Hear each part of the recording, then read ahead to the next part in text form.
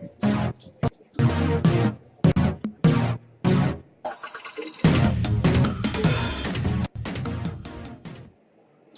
hello, friends. Mark Holmes here with my buddy Cowboy Jobu, and as always, thank you guys for watching, commenting, and subscribing to the Jobu Sports Report. Because without you guys, man, you know, I'd be sitting here watching the Cowboys, but it wouldn't be as much fun as having you guys. I see we got Brandon Green, Ethan DeBoss, Mr. I'm So Bored. Yeah, you must be bored if you're turning into the Jobu Sports Report. Hunter Steed, Thomas Jacob, Boomer Sooner, TPP Vlogs, Brandon Green, NFL Tube MX, Williams, Ralph, Cowboys Abroad. How you doing, Cowboys Abroad? Lewis, I Am Infinite, Tony, A1, John, Rahib, PBJ, Eric, Sheik, Peter, Octavia, Donald Trump, Average Joe, Cold Milk, Garland. Boy, damn, this thing is just literally going crazy here. Welcome, everybody. Thank God we have football back for our Dallas Cowboys. Man, this has just been a crazy, crazy season. As I look around and watching some of these games, the fact that the Raiders were able to go through and take care of business against Kansas City, okay, you figured the Raiders were supposed to be a good team. But when you start looking around and seeing the Chicago Bad News Bears beating Carolina 17-3, it's just unbelievable. I mean, they've got a total of 132 yards versus 300 for Carolina. But I said this after watching Carolina last week and playing against the Eagles. Literally, it's just Cam. His receivers cannot hold on to the ball. They can't run the ball. If Cam Newton doesn't get it done, it's not getting done. And unfortunately, he's just getting the hell beat out of him. Buffalo and Tampa Bay, dog fight right there, 2020. Another one, Tennessee, only getting 9 points against the Cleveland Doo-Doo Browns. I mean, this is just unbelievable. And the Rams, it is time to literally break up the Rams. They are beating Arizona 26-0, but enough with the other guys. It is our Dallas Cowboys. It's been a long 2 weeks. A lot has changed in the NFL. Some things have stayed the same. And I'm hoping that our Cowboys come out and kick some butt. The one thing at least you can take away from the losses that we've had is we haven't been losing to scrubs. We're not Carolina losing to the Bears. We lost to Denver and Denver, a great defense. We lost to the Rams, who are about to go 5-1. And we lost to Green Bay, and Green Bay is holding serve, at least with New Orleans, without Aaron Rodgers. So at least we were in those games. I take that away, knowing that we weren't at full strength. I'm hoping, I'm praying, like I've been saying to you guys, that today is the day that we kind of put a whole game together. We've had flashes, we've had good halves, but we have yet to put together a good game quarter by quarter by quarter by quarter. And I'm hoping that we get there. Not the real deal. Rams is equal to not the real deal. I don't know. Right now, they're doing some stuff. Yeah, hello, doggy. Live streaming at 4:05. Yeah, well, the game starts at 4:05. Thank God we've got an early kickoff. Jose, what's up? I'm hoping our Dallas get back. I'm hoping that our Dallas Cowboys, dog's trying to get one of these bang bang sliders, are up. Before we get into the game and stuff, any of you guys next Sunday that are going to be at FedEx Field, if you're going to the game, I want to meet you guys. I'm having a tailgate there. It looks like I'll be in Platinum Lot A. We're going to be having, I'm still working on figuring out how I can do the wings, but they're on site, but we're going to do the wings. We're going to be doing these. Oh, let me show these up close to you. These are my DeMarcus Lawrence Bang Bang sliders. And you see there's shrimp on there. Ooh, boy. I got to tell you, these are kicking it. And, of course, we'll have the chicken wings. We'll have some black and blue burgers, and we'll have some pulled pork sliders. So we are going to throw down. I don't know what the team's going to do, but we are definitely going to be eating up in the parking lot. Sven, shout out to you from Germany. I'm hoping we get it together today, too. Extreme Archery. But, hey, You're welcome to come out there too if you're going to be at the game. I've got Kenneth Scott, who's a diehard Washington Redskin fan. If you guys ever followed me on Facebook before last year, you would have seen some videos with Kenneth Scott at the games where basically he's literally cussing and can't even speak because he's lost his voice. So be sure to let me know. Email me at cowboysmark94 and let me know if you're interested in going or if you want to uh, donate to the cause. If you donate $10, you'll get a Jobu shot glass like this, and we'll have plenty of refills for you there with it. If you want to do $25, you can get a Jobu t-shirt, plenty to eat, plenty to drink, and we'll just have a great time. And that'll help me to do a little bit more there at the game. Well, I am infinite. I got to tell you, the refs, there's been instant replay is supposed to correct a lot of bad calls. But I'll be honest, I've seen instant replay take calls that were borderline and change them to what looks to be the wrong call. I thought that instant replay was supposed to be unrefutable evidence to prove that the play was called wrong on the field. But it seems like they're kind of just changing stuff and just kind of guessing on some of these things where I think it should have been left to the call on the field. But then again, what do I know? I'm a guy with a day job and a voodoo doll. Clorox bleach. DeMarcus Lawrence is no good. Dude, stop drinking the bleach, man. How can you say that the guy's not any good who, on a team that only had 36 sacks last year and hasn't had a guy over 8 sacks since he did 2 years ago, how can you say he isn't any good, man? Come on, man. Just stop with the haterade, okay? Donald Duck. If Cowboys lose today, do I think Jason Garrett should be fired? He won't get fired during the season. We know that. For whatever reason, Jason Garrett is the Teflon Don here, and it doesn't matter what he does, it never seems to hurt him. Personally, I think Jason Garrett should have gone long ago. When we had those years of 8-8, 8-8, 8-8, and winning into the playoffs, I think Jason Garrett should have been gone then. However, it is what it is. He is our coach. I'm hoping I've been wrong about him. I'm hoping that this will be his masterpiece, that he can put it together and take us on a run, because I believe no matter what happens this season now, because of the highs and lows of Zeke Elliott in that situation and the fact that we've had a young secondary, I believe he's getting the pass regardless. And, of course, having Coach of the Year.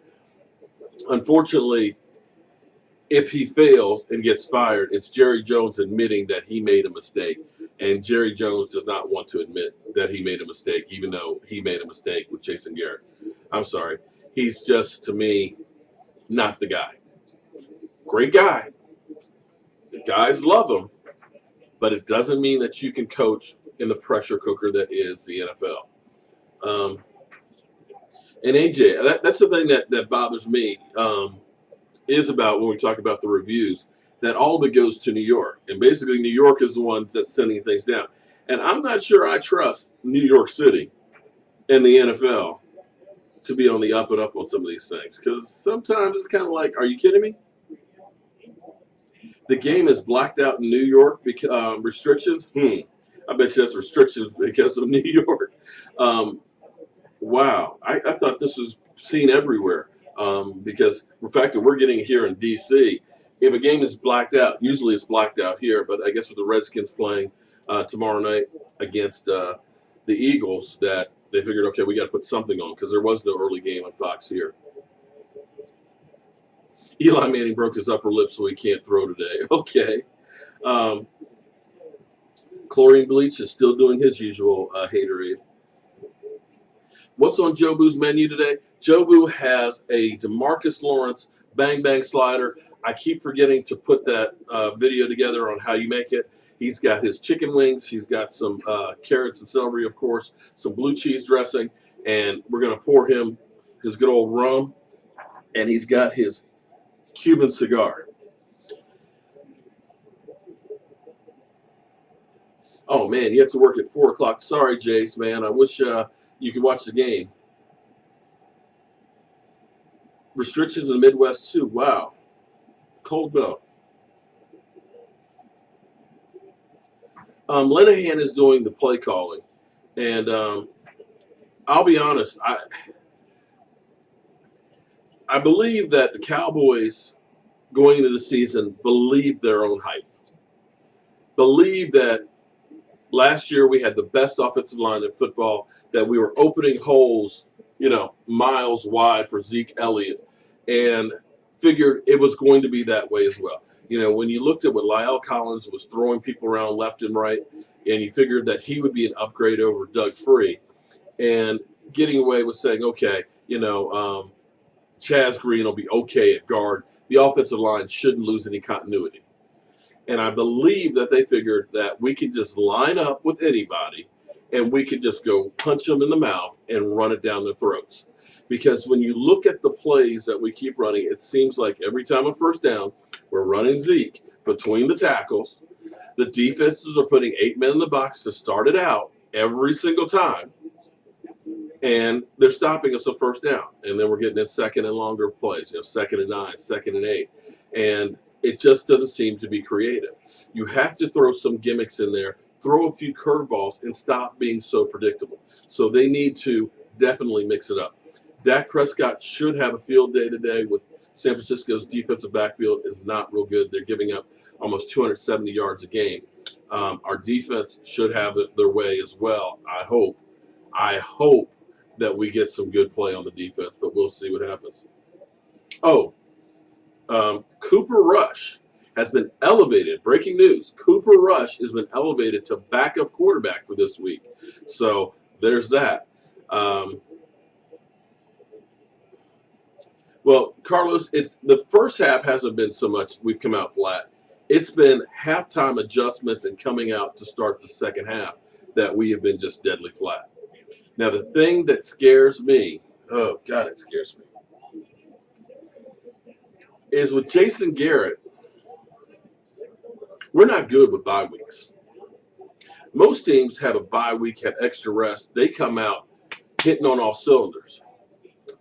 If you count playoff games and the bye weeks and stuff in the Jason Garrett era, we are only 6-6, 500. That's not real good.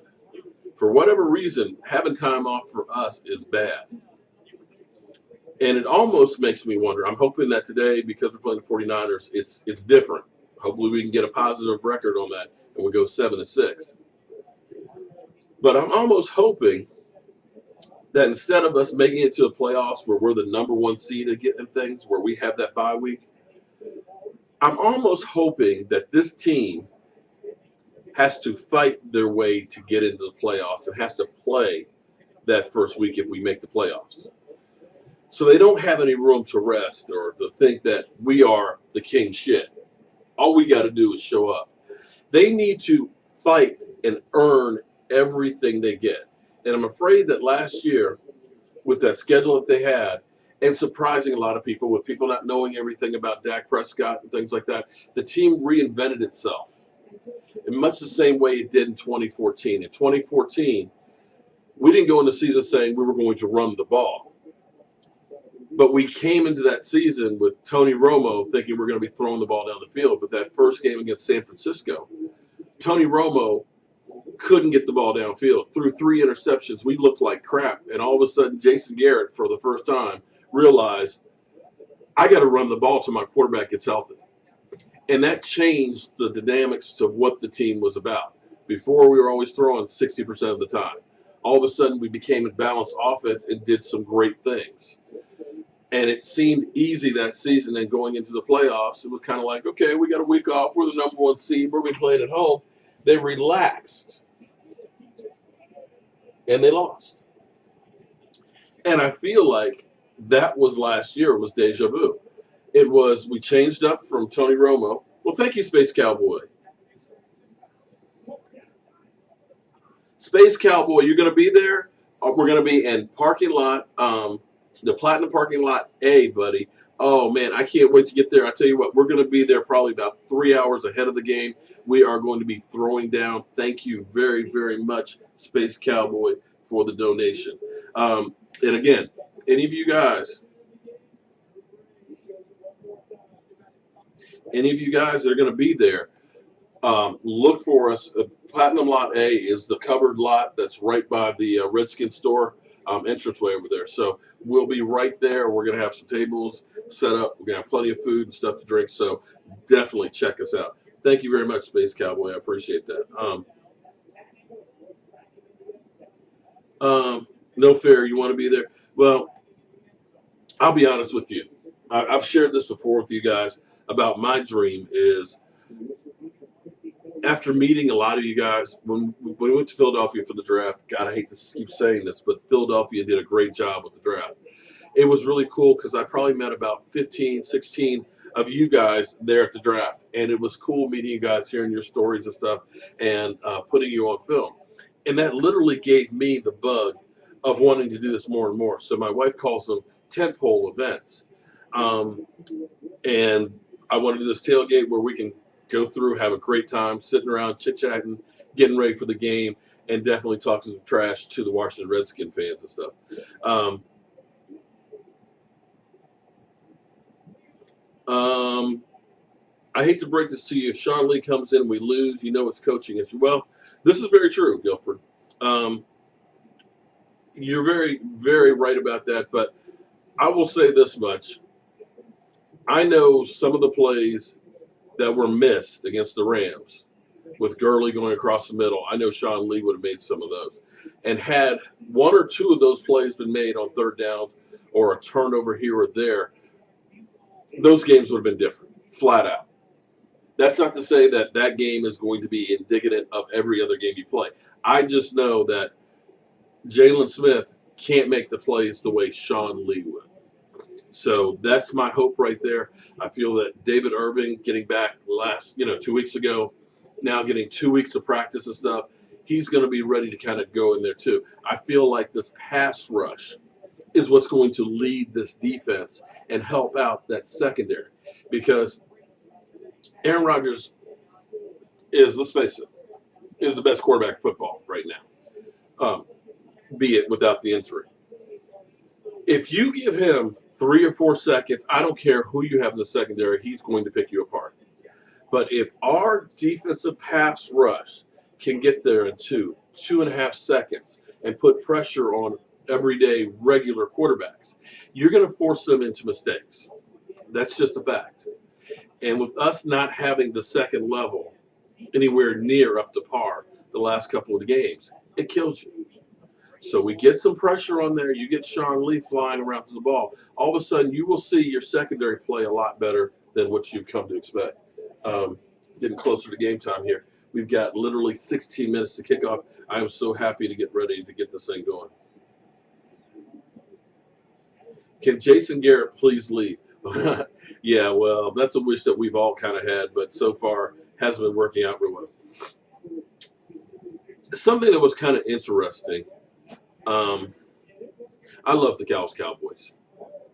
I was a Dallas Cowboy fan literally from birth. Some of my earliest memories of life are sitting on the couch next to my dad with the TV on. And it's not a flat screen TV like we have now. I'm talking about the big furniture piece of a TV like we had back in the 60s and stuff, okay? The TV was this big. At least the furniture was for it. The screen was about this big. But I remember sitting on the couch with my dad watching football. So the Dallas Cowboys are in my blood. And unfortunately, with what's happened with the protest and the anthem stance that Jerry Jones has taken, Jerry Jones being the only opposition to everybody else saying, okay, let's work on something different, and we're not going to say that the players have to. What's interesting is when Jerry Jones first bought the team, Elizabeth Taylor and him rode out in a golf cart before the game. They were out on the field, and the national anthem played. And in the whole place, there were only two people who did not stand for the national anthem. And that was Jerry Jones and Elizabeth Taylor. And the next day, some people actually went through and kind of said, Jerry Jones, why weren't you standing for the national anthem? So I guess after that case that Jerry Jones realized everybody needs to stand for the national anthem. So being a mutt, a black man, multicultural, I've got a lot of people that are saying, how can you support that racist coach? How can you, be behind that team? It's like, well, just because I'm a Dallas Cowboy fan, just because I love the Dallas Cowboys, doesn't mean that I love every single thing about them. I definitely don't love Jason Garrett.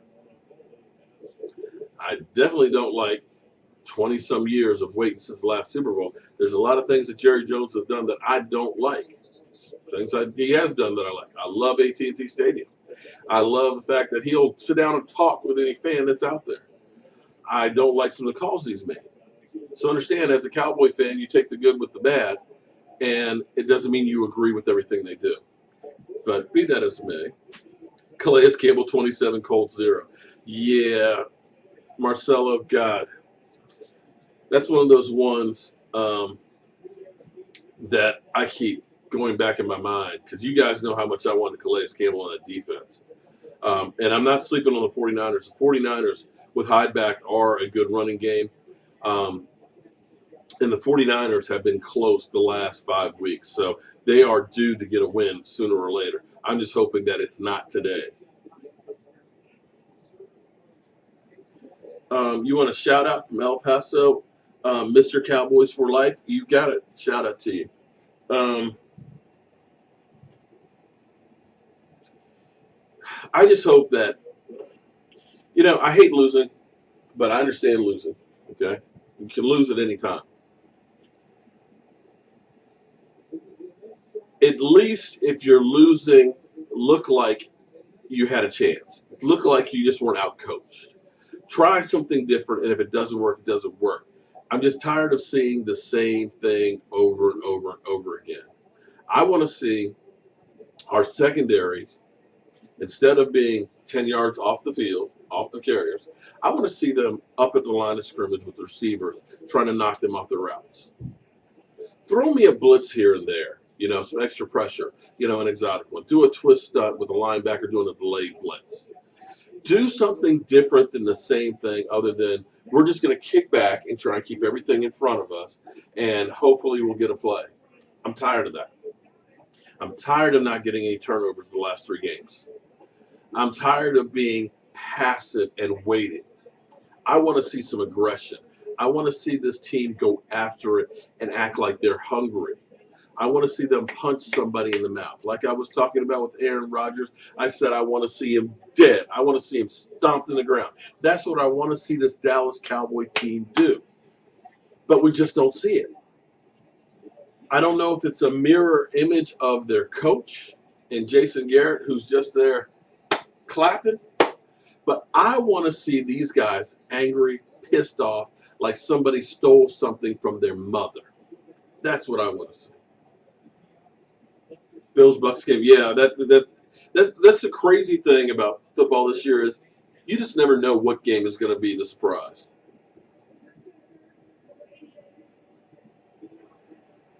And the Dolphins and Jets game it isn't any slouch either.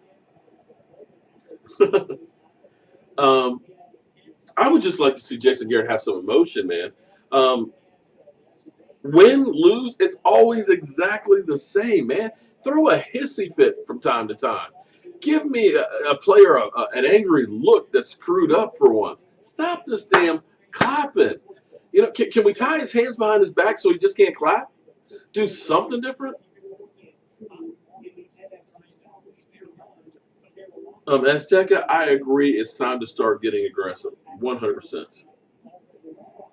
Yeah, okay. I don't think I'm going to be the new head coach of the Dallas Cowboys.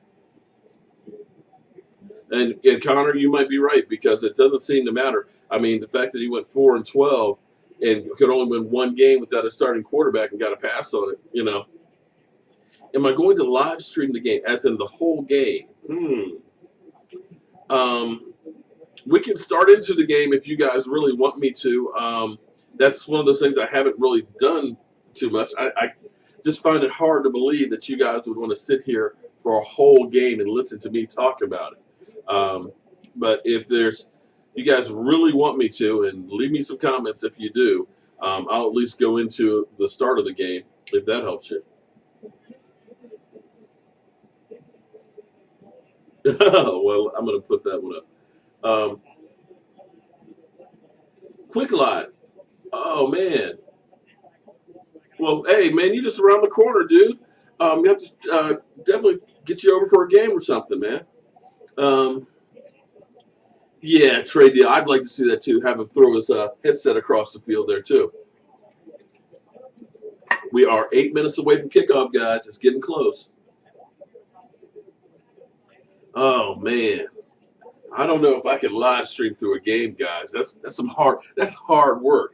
That's one of those things that Shango always does, man.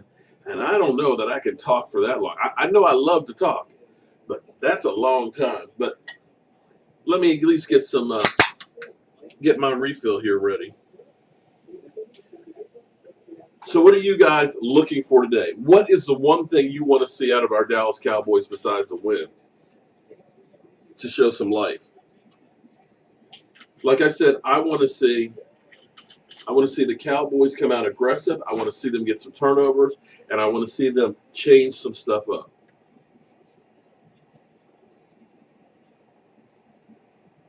Um, Zeke, oh, don't get me started on Zeke. I tell you what, Zeke. It's funny because you hear everybody getting Jobu's refill ready for kickoff here. Jobu's special bottle of rum here, and if they don't start winning, we're gonna pour this shit out. Um, Zeke Elliott. I wish the whole situation were just done and over with. I believe he thought for sure he was going to be suspended at the beginning of the season. I think the Cowboys thought he was going to. I know when I was at training camp, Zeke wasn't practicing. He only did a few plays here and there. I mean, that practice I was at, he had maybe 15 plays. Most of the time, he was kind of off to his side. I don't think that they worked him that much because they thought he was definitely going to be suspended for those first 6 games, and then ended up getting the reprieve. Let me change the channel here. Excuse me for 1 second, guys. We definitely need to get the game on. I don't think the Cowboys thought that he was going to be there for those first 6 games, and they were looking at working in other guys into the system. I don't think Zeke was prepared for it. And to me, he still looks like he's slow to the hole. He's not breaking tackles like he did, and he's not running with the confidence and authority that he did before. Now, the last quarter against Green Bay, he looked like Zeke of old. I'm hoping that that's the Zeke that shows up for this whole game this week. But before that point, he just has not looked that good. Now, we talked about Marshawn Lynch, and they're saying, oh, Marshawn Lynch, he has just not been doing much this season. He's only got 3.7 yards per carry average. It's exactly what Zeke Elliott has been averaging this year, 3.7 yards a carry off of 5.1. That is a major difference. And we need him to be able to break some tackles. He needs to be able to hit that hole with a head of steam, run with authority and with confidence. So those are things that I worry about. I want to see him get back to playing the way he should play. The thing that worries me the most is with this can getting kicked down the road, I still believe that sooner or later he's going to have to pay the man. He's going to be suspended. And what I worry is the Cowboys keep him a couple games here, a couple more games there, and we start getting on a roll. For those of you who think the Cowboys are out of it, you don't know football. It's real easy to get on a roll. As you start looking at teams that are coming back down to earth. Kansas City, when you looked at the schedule 3 weeks ago, you said, oh, my God, there's no chance against Kansas City. Well, I tell you what, we got a chance against Kansas City. When you look at the Atlanta Falcons, we got a chance against the Atlanta Falcons. We definitely got a chance against the Redskins. So, by far, in a way, we are not out of anything. We still have things in front of us and control our own destiny. We need a few things to happen to help us. Maybe the Redskins beat the Eagles and start their downfall. But we need Zeke to be running well. And if we do make the playoffs, we want to make sure he's there. And I'm worried that Zeke Elliott, the suspension can keep getting kicked down the road to the point where, okay, it finally happens, and it's during the playoffs. And that would be the worst case scenario. Oh man, Cowboys abroad. Oh, don't even bring up Jeff Heath. Jeff Heath. Oh, yeah, Jeff Heath. Love the guy, great attitude, but he's not a starting safety in the NFL. Jeremy, to get a Jobu T-shirt, go to cowboyjobu.com. That's actually my website. I haven't been actually putting too many videos on it. I need to start doing some more work on that. If you go to that, scroll down past the link for Facebook, and you'll see actually the shot glasses and the T-shirts. But the best way to get a Jobu T-shirt is actually show up at FedEx Field next week at the tailgate, because I'm going to definitely bring some with me. So just go to www.cowboyjobu.com, and you can get one there. Can I put the volume up a little louder? Let me see if I can get that volume up a little louder for you guys. Sorry about that. Okay, hopefully that's a little bit better. On the volume, that's as high as I can get it right here, right now. Let me try one other thing real quick.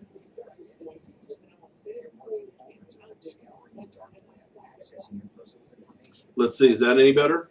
Sound-wise, is that better? Hopefully it is. Actually need to do some more upgrading stuff.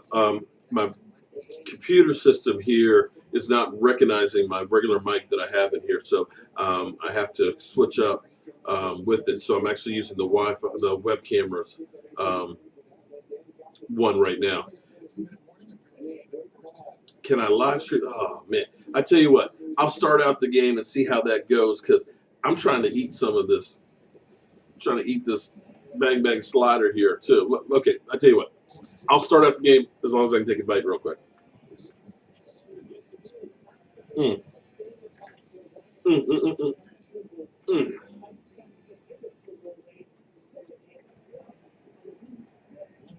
That was good.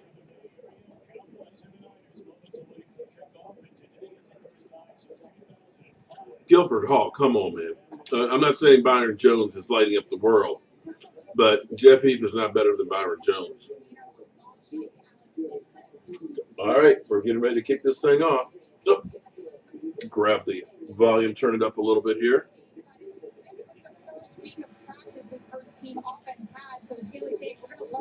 So it's going to be interesting to see. The 49ers have their backup quarterback, Beathard, out there, who is the grandson of Bobby Beathard from the Redskins. He almost took care of business last week, and they should have been.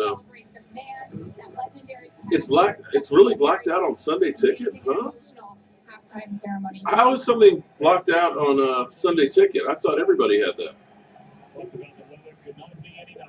Well, thank you, your mom. I appreciate it. Wow. Okay, well, we're about to kick off. I'm going to go ahead and roll with this to start out. We'll see. Here we go. All right. You guys that are watching, I'll see you at halftime. We're going to try a little bit of live streaming through the game here and see how that goes. But I don't know that I can talk that much. The ball is up in the air, guys. It's kicked off. Thank God football is back this week. We got the ball to start with. Damn, I'm sorry, guys. All right, we've got the ball. First down on our 25-yard line. He certainly has played at a high level. I think a lot of people have looked at his numbers this year. They've compared them to where they were a year ago as a rookie. I'm sorry. I'm starving.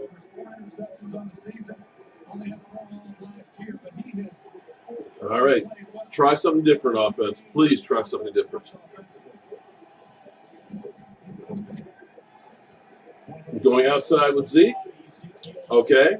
All right. We got 5.5 yards. Running outside, not between the tackles. We started out outside. If we can get a few good running plays, it's going to open up things again and set the tone for the game. I still believe that we're going to be able to open up the passing game. And what's interesting to me, I got to tell you, is a lot of people keep saying that Dak Prescott is not doing this, that, and the other. Dak has had 3 touchdown passes each of the last 2 games. That's pretty damn good. And the fact that he still only has 4 interceptions on the season, and I got to be honest, 2nd and 5, Dak in the gun, ball batted down.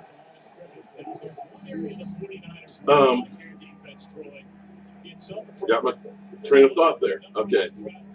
3rd down and 5. Cowboys, of course, with the ball. See what they come up with. Dak has done what we needed to do to win. When you score 30 points in a game, guys, you're supposed to win. All right, 3rd and 5.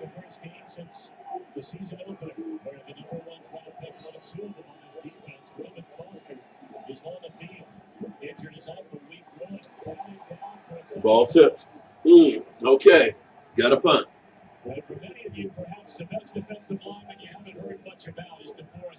Did we? Lloyd, I wish we had signed Bowman. Bowman had some key stops in that game.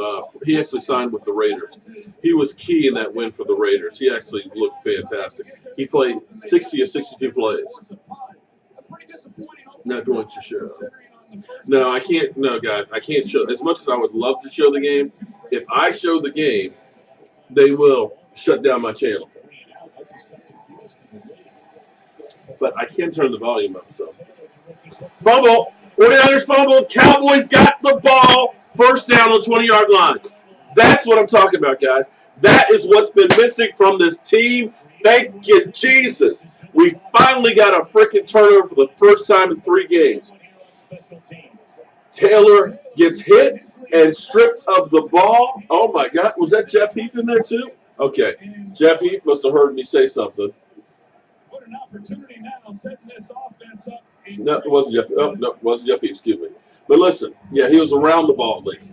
That is key. See, that's the thing that changes games and sets the tone. When you get freaking turnovers, the Dallas Cowboys have not been getting them, and we are on the negative side in the turnover ratio. The fact that we got one right now, literally, we had 3 and out, punted the ball, and now we got a 1st down on their 20-yard line. You go in there and score, all of a sudden it changes the whole complexion of the game. When you look at the Ram game, I still go back to Brian Switzer, and I feel bad for him having that punt fumble, but that was the turning point for that game. That swung the momentum. And what you have to understand about football is once you get to the professional level, once you get to the pros, there is so little difference between winning and losing in the players on the field except for Cleveland, okay? And parity is really a real thing in football now. It's literally a momentum swing that can change a game. And once things start to flow, all of a sudden, it just goes and boom, it's a blowout. And guys say, you know what, we just need to pack it in for another day. And a turnover is the biggest momentum changer week after week. And I am so happy that we started out getting one right now. Now let's see if our team can take advantage of it, get a touchdown, and put a foot on the throat of these guys. As much, guys, I would love to be able to just turn the camera right now, put on the game and everything else. But it's literally getting to be crazy because Google is partnering with the NFL. And what that means is they want to make sure that the NFL gets every single penny. If I take clips or highlights and put them on my channel, they take the revenue from it. You take some clips, sometimes you'll end up getting a strike. And if you get 3 strikes, they literally wipe out your channel. So as much as I would like to go ahead and say, okay, guys, I'm going to show you the game, I can't do it. Not if you want to see the Jobu Sports Report. And I guarantee you, I'll get about 1 quarter before it'll go. There are some sites you can go to out there that are, basically pirated sites and watch the game. And I welcome you to do that, but I just cannot do it. Okay, Cowboys have the ball on the San Francisco 20-yard line after the turnover here. All right. Now in the backfield. 2 wide receiver sets. And we're running up the middle. Zeke. for 15 yards down to the 5-yard line. Now, that was a hole. Zeke actually hit it really, really well. Okay, guys, we're starting out hitting on all cylinders. He switches it to his left as he starts to the dealers. Oh, come on, man. Come on, Michael, man. The San Francisco dealers. Come on, man. Came and knocked it out of his hands and set up this Cowboys offense with great field position. The injured 49er, by the way, was all right. First and goal from the 6-yard line. 2 wide receiver set. Zeke up the middle to the 1-yard line. All right, guys. 3 good runs to start this game. Well, this is what we definitely want to see. We want to see Zeke Elliott chewing up some turf, because that's going to open up everything if we can continue. This is right now the best I've seen that offensive line blocking thus far this season. Hey, it's second and goal from the 1. I guarantee you we're going to be running 3 receivers, Dez in motion, Zeke up the middle, touchdown, guys. This is the way you start a game. All right, let's go down there on defense and punch them in the mouth. No mercy. Let's go in here, get a blowout, get a win, and change the complexion of the season. Thank you, Jesus. What a way to start. And then you've got Jonathan Cooper, who's able to get up to the touchdown. Man, I couldn't be any happier. Let me continue to run the football the way they finished their last ball game against the Green Bay Packers. They've got 4 number 1 picks on that Dallas offensive line. All right. 3 of them drafted by the Cowboys. Who's 17? Okay. Guys, it's not Jason Garrett's jersey, okay? Let me start with that. Every year, every year, I get a new jersey for Cowboy Jobu. So it's the year that it is, 17. So let me turn around. Okay? Cowboy Jobu. That's the jersey. It's not Jason Garrett. Believe me, it's not. Wow, we got a whole lot of people watching here. Okay. All right, so understand it's Jobu's jersey, and the number 17. Okay, so I'll keep the TV turned down for you guys, and I got you. I'm new at trying to live stream a game. I don't know about doing a whole live stream here. McFadden, well, Connor, right now, with the way Zeke has started out, you're not going to see McFadden out there. I'm not even sure McFadden is active. I believe it's actually Alfred Morris. And Smith is the guy I actually would like to see a lot too, because Smith, to me, shows me a whole lot. So thus far, Zeke Elliott has 4 carries for 25 yards. I'll take that. I'll take that anytime that's over 5 yards per carry. Actually, going on 6 yards a carry, 6.2 a carry. Zeke, that's the best you've looked so far this season, with the exception of the 4th quarter last week. So you couldn't ask for a better start. Hopefully we can keep this momentum going, because we've had good starts. We just have not been able to keep it going. So I'm feeling good thus far. Trevor Hill, I would love to put the game on, but I can't, because the NFL will literally shut down my channel. They will definitely block it. As much as I would love to be able to do that, I can't do that. I would love to change that up, but I can't. If I do, I will be shut down. Oh, hell no. Come on, man. A Quincy Carter jersey? A Quincy Carter jersey? For real?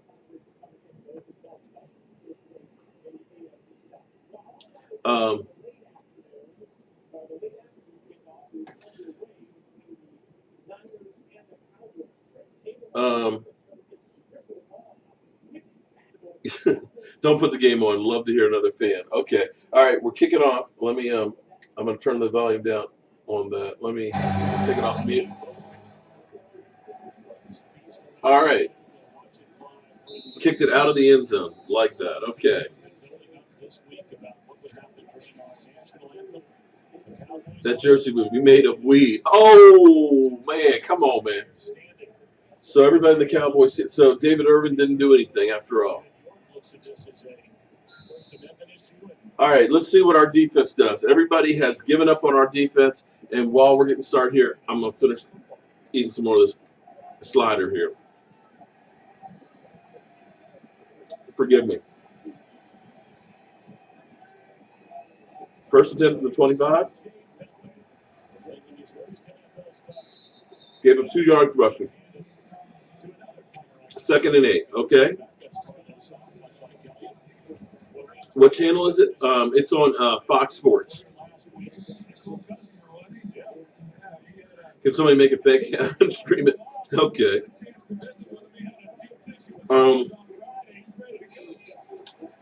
I have the volume up. All right. We got a sack, guys. We got a sack by Wilson. Chasing him outside the pocket. Okay. 3rd down and 9. Now, all right. I'm new at streaming this, guys. Some people said turn the volume down. Some people say turn it up. Which way do you want to have it?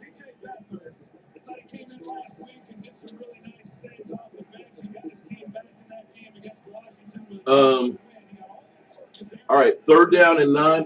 I'll turn the volume up just a little bit.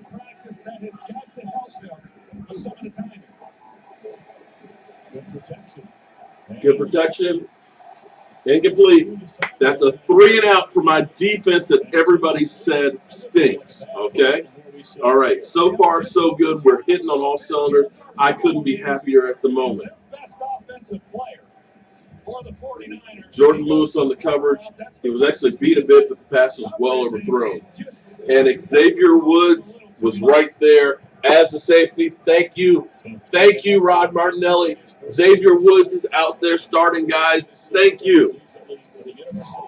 We are making some changes on our team. Bad punt. Bad punts would be rare for the 49er Bradley Pinion. And Mark Simpson, if you are watching from England right now, I see that you just went ahead and texted me. What's funny is Mark Simpson, he lives in England. He does a lot of soccer stuff. He says that he knows now more about football because of the Jobu Sports Report. Shout out to you. But it's kind of crazy because my wife, my beautiful, lovely, wonderful wife that I am truly blessed to have, her name's Tracy. Mark, who lives in England, his wife's name is Tracy. At least that's what he tells me. Now, he might just be kind of a crazy stalker trying to live life like Mark. I don't know. We'll have to check and see. What's the score? The score is 7-0 the Dallas Cowboys. We have only given up 1 yard on defense. We got a sack and a 3 and out on defense. We ended up getting a turnover on special teams. We ended up having 49ers fumble the ball on the 20-yard line. We got it, went in. Zeke Elliott has 4 carries for 25 yards and a touchdown. The Dallas Cowboys have been changing things up. Xavier Woods is starting at safety. We end up running outside and kind of changing things up a little bit with 2 wide receiver sets. Right now, the Dallas Cowboys are starting out the way you truly would love to start out a game. A turnover, a sack, a touchdown, and a running game. You couldn't ask for a better start thus far. However, what we've been learning this year in football is it doesn't matter how you start, it's how you finish. Because teams have been looked like they were about to be completely blown out and have been coming back. So hopefully, now that we have our foot on their throat, that we go ahead and twist that sucker in the ground and don't give them any air.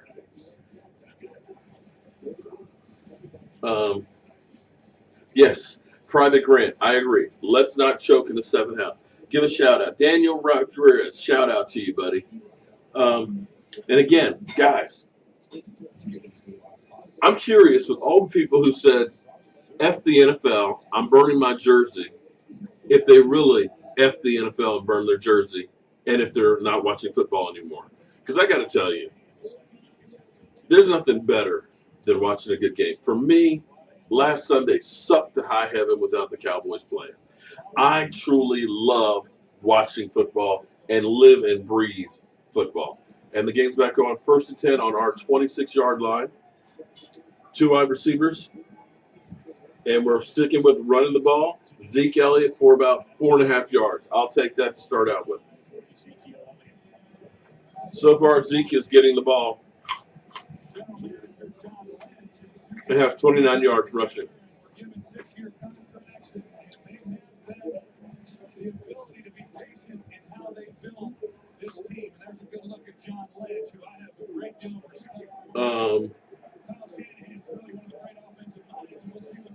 Okay. I'm not sure what you guys are talking about there. All right. First down, Des Bryant. Okay, Des Bryant, crossing route, but boom, skinny post. Boom, nice move by Des, about 10 yards. I'll take that. Thus far, the only negative plays we've had are 2 passes that were batted down at the line of scrimmage. Thus far, the Cowboys are starting out the way you want to start out. All right, 1st and 10 at our 39-yard line.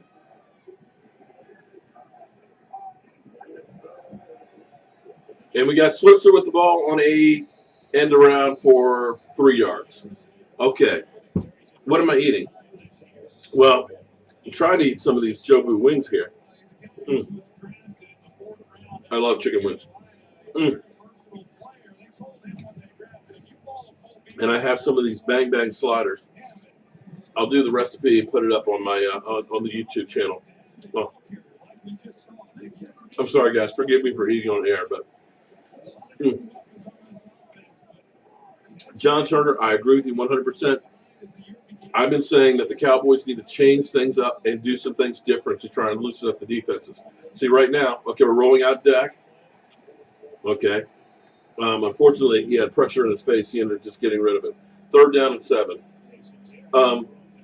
We're definitely trying some different things as opposed to just running it straight between the tackles on every play. They're trying to move things around and keep them guessing, which is something that they haven't had in a couple of the last games. So 3rd and 7.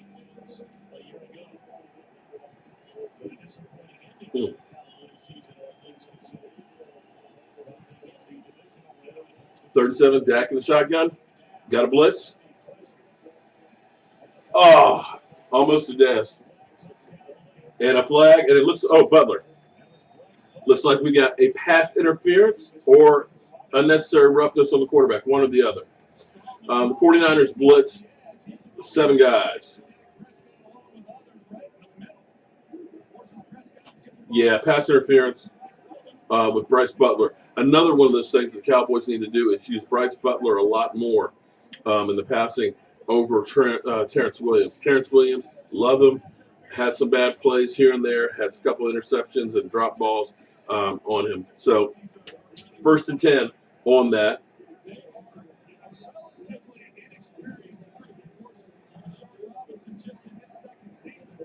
Gotta love it. 1st down, guys. DJ, I told you, I said Carson Palmer literally should have been done a couple years ago.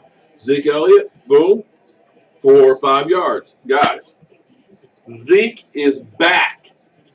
Zeke is running like he has literally turned his life around. And I got to tell you, what I actually enjoyed hearing, and I talked about this in another video, throughout this whole process of Zeke Elliott things, it's been, they've talked about him being suspended and everything else.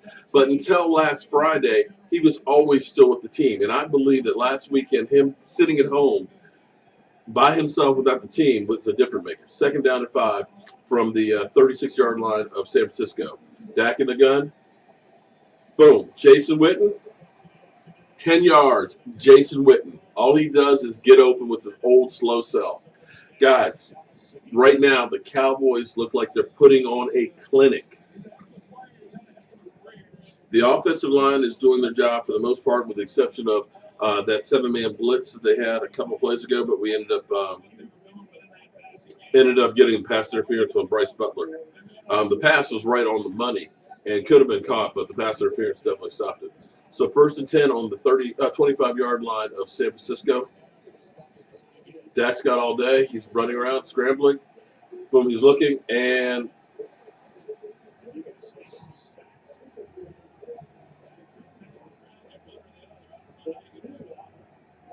okay, was he sacked? I think that might be an intentional grounding.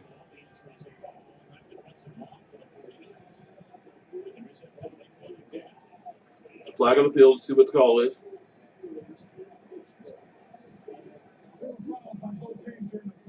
Dual fouls. Illegal contact.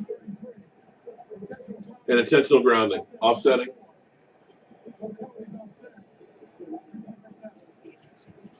Dodge the bullet there, guys. The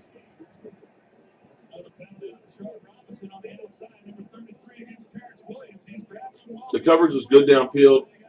Well, partially because they were holding. Dak scrambled around, but unfortunately, he tried to throw the ball away a little too late and should have been sacked, but it was an intentional grounding. But it's offsetting penalties, so we dodged the bullet there. So 1st down on the 25-yard line, 1st and 10. Zeke Elliott up the middle. Zeke, 10, 15, 5, touchdown, Zeke Elliott, 25-yard touchdown. Zeke is on fire. He is lit. Zeke Elliott is looking like Zeke Elliott of last year for the first time this season. Zeke Elliott is kicking ass.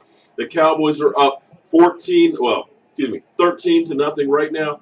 And let me look at the stats here. Zeke Elliott, 59 yards right now on 7 carries. Guys, the offensive line is opening up holes like they haven't opened up all season. You should see Jason Witten literally taking a guy 10 yards downfield. It is unbelievable what we're seeing. This is the Dallas Cowboys that we know. Granted, we're playing an 0-6 team, but an 0-6 team that has gone within 3 points of winning the last 5 weeks. This is the way you want to start out a game. I'm proud of my team thus far. Let's see if we can maintain this and keep it rolling. Still live? I'm still live because, unfortunately, the NFL does not have this game going on everywhere. So I had some of my fans asking me if I can live stream and talk the game so that way they can hear what's going on. And thus far, I'm letting my wife know that the Dallas Cowboys are up 14 to nothing. Zeke Elliott is on fire. He's on fire. 7 carries for 59 yards. And the team is, for once, doing what I've been begging and pleading to do. Change the shit up. We are doing some different things. We're giving some different looks. And we have Xavier Woods starting out there at safety. And it's been far overdue because Jeff Heath, love the guy. Jeff Heath should not be starting safety in the NFL. So thus far, San Francisco has 1 yard on 3 plays. So hopefully we can keep this going. So, guys, Dallas up 17 to nothing.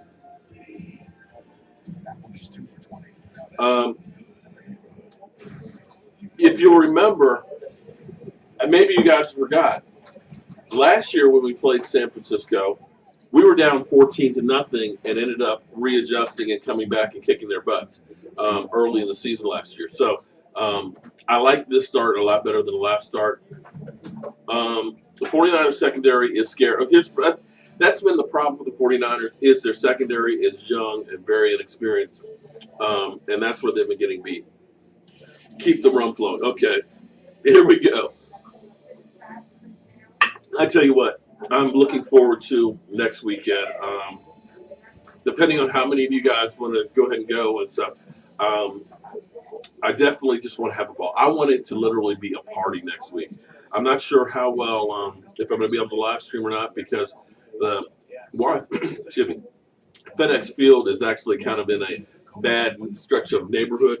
And so usually when you have bad stretches of neighborhoods, the internet and the phone service isn't that great. But I'm hoping, although there's going to be 50, 60, 70,000 people in the parking lot, that we'll be able to live stream the game before the game because it will be so much fun to meet some of you guys, get you on camera, talk about the game, throw down on some food and stuff. Because, guys, I love cooking.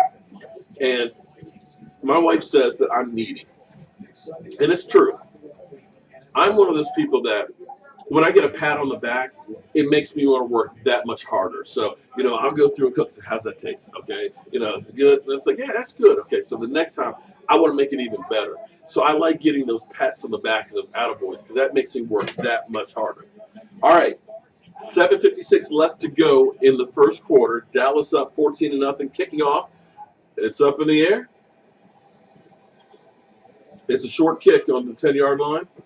And we've stopped them on the 23. Good coverage from the Dallas Cowboys. Hey, look, Horizon, here's what you got to understand. In the NFL, a win is a win. And what you've got to do is put together enough wins to make it into the playoff. It's not the team that has the most wins that wins the Super Bowl, as our Dallas Cowboys have proven, being a number one seed and losing at home. It's a team that gets in there playing hot at the right time. Okay, that's not okay. Hyde just picked up 12 yards on that carry. Nice run. He had a hole. All right. So that's the first positive play they've had. And I'm grabbing a wing. Forgive me.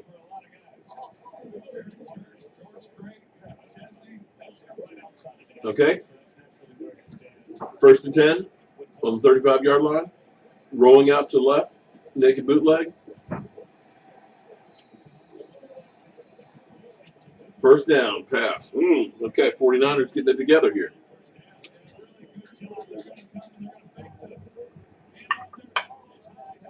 They did what Dak Prescott is great at doing. They rolled him out.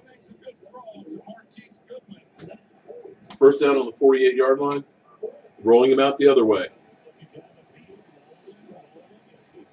Okay, the quarterback rushes for 3 yards.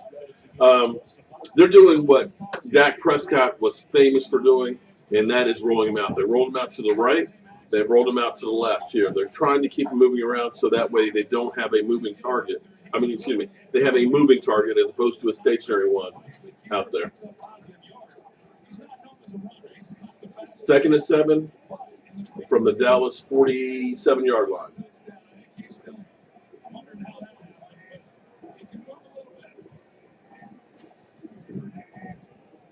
Come on, defense.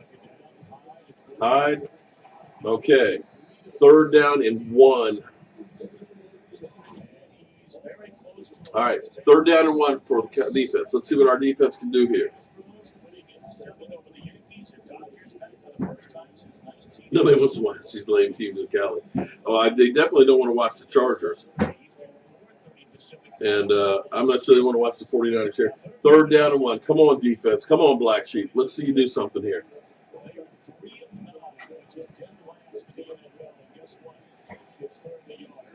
3rd and 1 from the 42-yard line. Boom.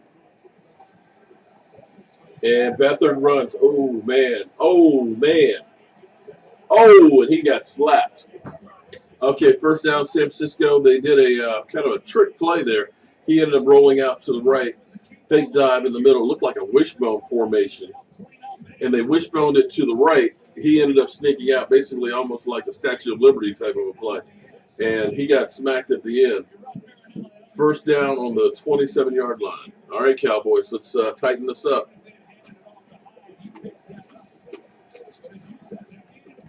First down, 26-yard line. Screen play. Nothing there. Good pressure. 2nd and 10.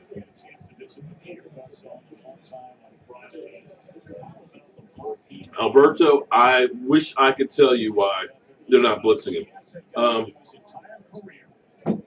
Yeah, they were definitely holding Scandrick.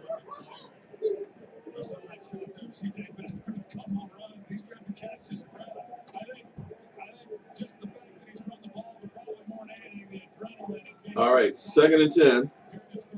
Taka with some pressure. You're right about that. Nothing there. 3rd down and 9, guys, on the 24-yard line. All right, let's see what our defense does here. See if we can hold them to a field goal. But yeah, that was definitely a hold on Scandrick there on the play before. Definitely. All right, 3rd and 8. Let's see what the Cowboys can do here, guys. Come on.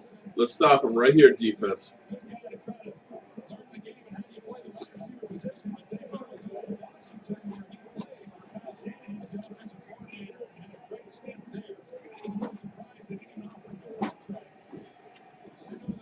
Play clock at 2, 1, okay. And incomplete pass, okay. All right, defense. I'll take that. This is stupid. Where's Roy Williams? Okay. Come on, man. Roy Williams. Wow. We're going old school there. All right. Field goal attempt here in San Fran. 43-yard field goal attempt here.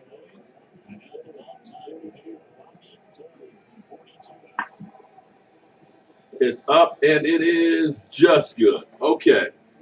All right. I'm happy with that. Guys, I'm going to make a quick adjustment here real quick. Forgive me. The camera's going to move just a little bit.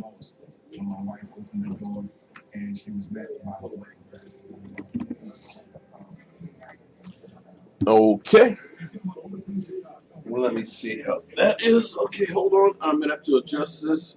Forgive me. Oh, okay. So all we got to do is tilt it down just a little bit so we get Jobu in the picture.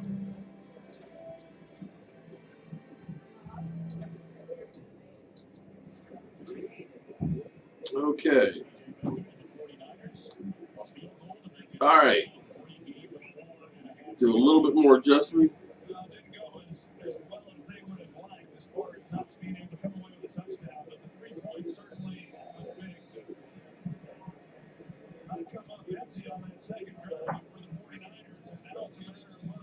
Well, Ruben, I'm sorry that I wish I could show you the game, buddy. As much as I would love to be able to just go ahead and show the game and everything else, if I do, they'll lock my channel up. Let me do one more adjustment here real quick.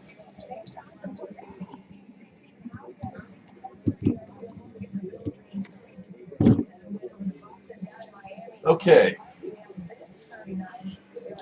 In case you guys didn't know, I didn't know I was going to be live streaming the game here. And let me finish adjusting this just a little bit more.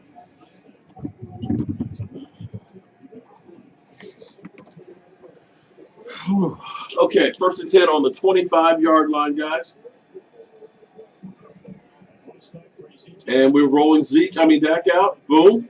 We got Cole Beasley. He's up. He's going.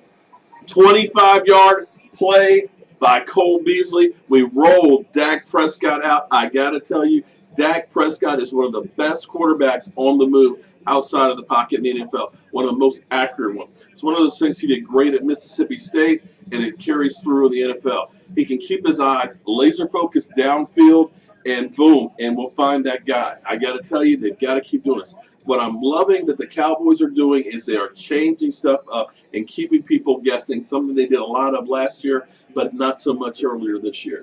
1st down on the 49-yard line with 3:53 left in the quarter, 4 seconds of the play clock, and taking the ball, and boom. We have Alfred Morris in the game for 1 yard. They're giving Zeke a rest here. Troy announcing, where's Romo? Good question there. Come on, Shallow How, man. You know I love you, dude. But when are you going to let the Romo thing go, man? It's time. He's not coming back. We got Dak, man. Let it go. Let it go. Okay, 2nd and 9 from the 50-yard line, guys. Dak Prescott in the shotgun. Alfred Morrison is the back. 3 wide receivers. 4 on the play clock. Good protection. Okay, nobody open. Good coverage downfield. Cooper, man, come on, what is this guys with Cooper Rush? Wow, I can't believe that. I can't believe that I got the Cowboy game here, and that so many people are missing it elsewhere. We never get the Cowboy game here. I think the Sea Chickens will definitely beat the Giants. I think the Giants are going to lay another turn. 3rd down and 9 from the 50-yard line. Let's see what our Cowboys do. Hopefully we can get a first down here. They're showing blitz.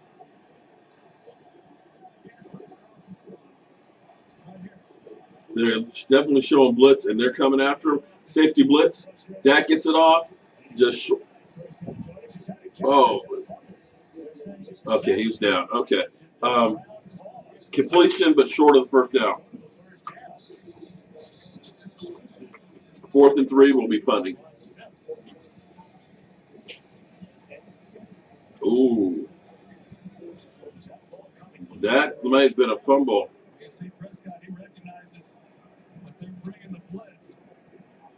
That might have been a fumble by Rod Smith. They're getting up and punting. Okay. Yeah, hurry and get this thing punted because that could have been a fumble. Whoa.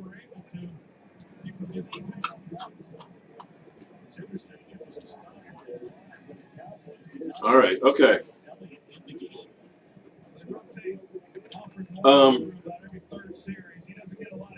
Wasn't called a fumble, but it looked like that ball was moving and could have been overturned.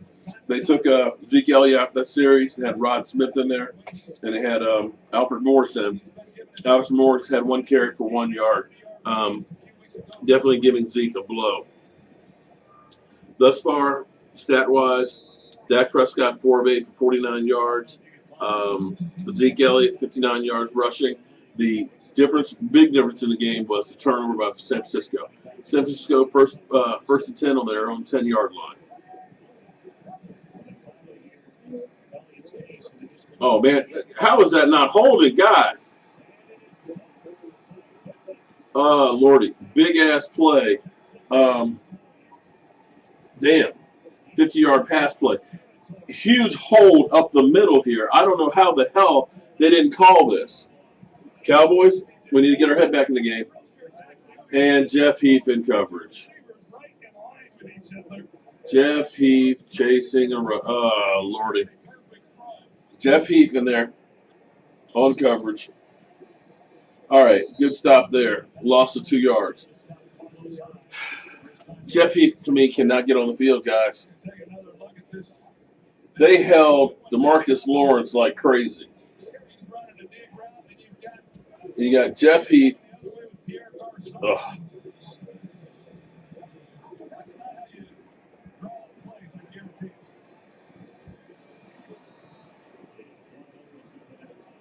All right.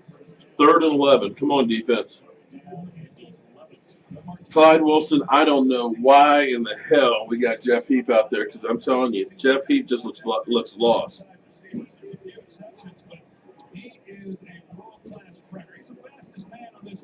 Well, I got to tell you, you're right with Alfred Morris because when Alfred came in, we ended up basically 1 yard rushing and then an incomplete pass and then a swing route and 3 and out. Good for here we go. Sack. There we go. Sack number 2. David Irving, sack number 3 on the season. That's my black sheep coming through when it counts, guys. All right. Bend don't break this time. DeMarcus, hey, I tell you what, he just kept pursuing. He's playing the one technique with Stephen Paya basically retiring. Right now you got David Irving playing the one technique, and thus far, 2 games, 3 sacks. That's looking good. All right, 2 sacks on the day. Here it is. They're punting.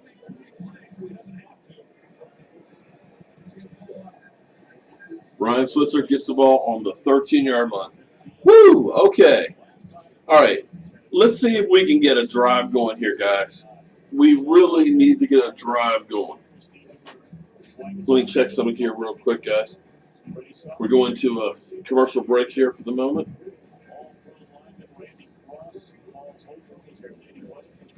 Thus far, we're doing pretty good, and I'm hoping that we can continue to get through that. We got 29 seconds left to the quarter, so we'll get probably one more play in here before this is out.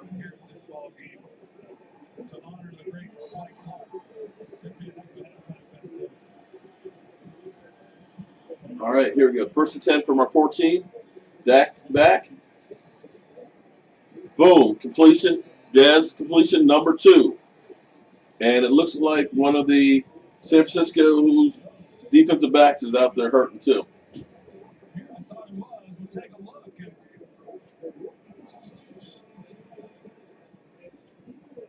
Oh, that might be overturned.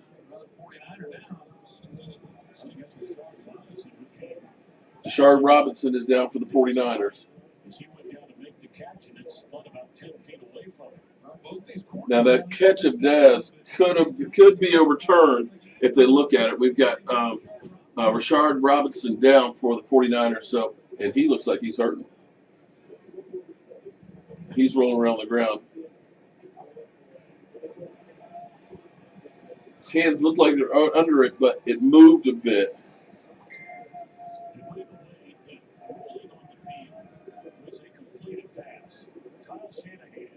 So the question is, the 49ers are challenging it. Okay.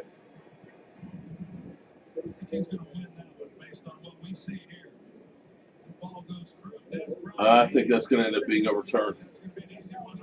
That's going to be overturned, damn it. Okay. Des kind of lost it there. Well, you want to talk about a big-time game. The place to be on Saturday is Sparks. Number 2, Penn State. Number 6, Ohio State.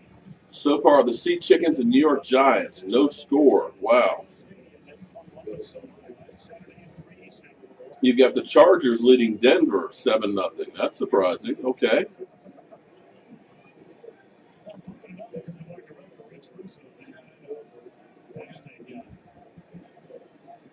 And Green Bay, of course, lost.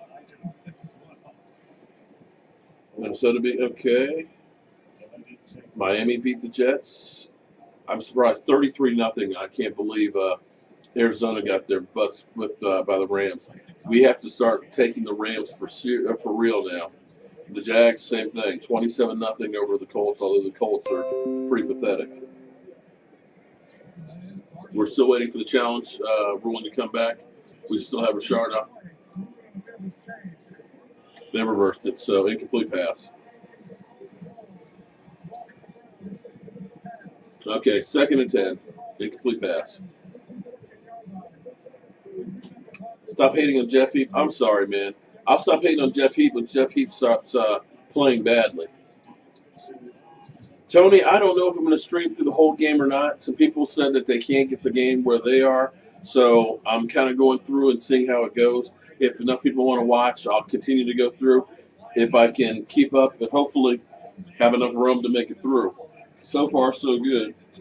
I might need some more ice, though. So we'll keep working as long as we can work and have the supplies to go. Dez, oh boy, Dez definitely has dropped his fair share of passes this year. Okay, we got Dak going for a run. Dak is gone for, whoa! Damn, Dak, don't hurt him. We had a quarterback. Basically, we did a read option with Dak, and Dak went out wide, picked up about 15 yards, and then stiff-armed the hell out of a guy, like, get the hell out of my way. Get out of my way. That's an extra layer that you have with Dak Prescott that you don't have with Tony Romo, shallow Hal. Tony Romo's not pushing anybody out the way. All right, that's the end of the first quarter, guys, so far. 14-3 Dallas. And Zeke Elliott was a beast. 7 carries, 59 yards. We had Zeke Elliott of old starting out this game. We don't know how long we're going to have him. We know we got him this week. We know we got him next week. And then we have the hearing on the 30th when the judge gets out of vacation. I think we should start a GoFundMe account to try and keep her on vacation for longer, like the whole season. So anybody who's with me on that, let me know. But I think we definitely need to keep that judge on vacation. Thus far, the running game has done pretty good with Zeke Elliott. Defense they've given up one big play, although I still swear that there's a couple holding calls that the officials have missed. We have 125 yards, 49 passing, 76 rushing, and we've been leading in time possession. and we've gotten a turnover, and that's the difference in the game. Thus far, what I like coaching wise, and I haven't been able to say that very often, but coaching wise, we've been changing things up and doing a few curveballs here and there. We did a read option there to end the quarter with Dak Prescott running for 13 yards. Keep the defense guessing. We've been moving the pocket around. We've had Dak Prescott rolling out, and we've actually been getting Zeke running outside some. So all these things have kind of added up to changing what we've been doing. Defense-wise, I'd still like to see a little more blitzing. Um, we've had some good plays. We've gotten 2 sacks thus far in the first half. So we're doing things you're supposed to be doing to a bad team. Let's see if we can keep it up and keep it going and keep this drive going, get a touchdown on it, and start putting this thing away before halftime. Let me see some of your comments here. Mark the legend. Deion Sanders. Come on, man. Deion, we know prime time. You're the legend out there. Ryan, I would love to show you bits of the game, but it's copyrighted material. If I do, I'm going to get my channel shut down. It's just, unfortunately, it's not something that I would love to do. I just can't do it.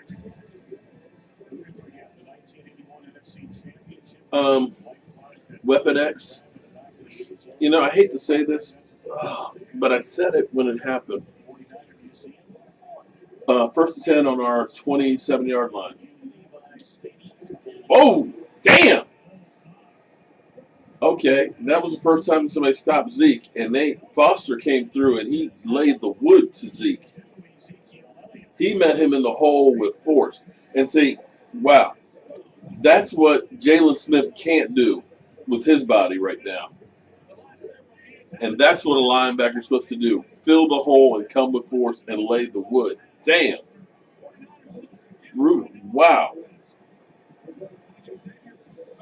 2nd and 11.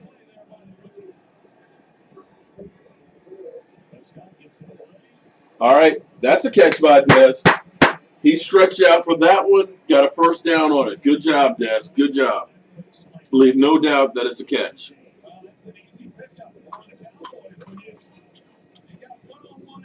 Great move by Dez.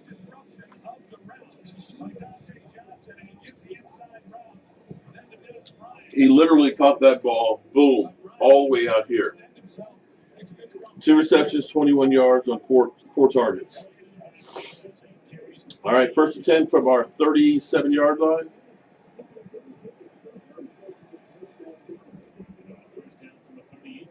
And Zeke Elliott, boom. Zeke Elliott for another 6 yards. All right, Zeke has got the mojo going today. He's up to about 64 yards rushing so far already this game. Clearly, this far, this is beginning to be the best game he's had all season. Forgive me for eating here, guys.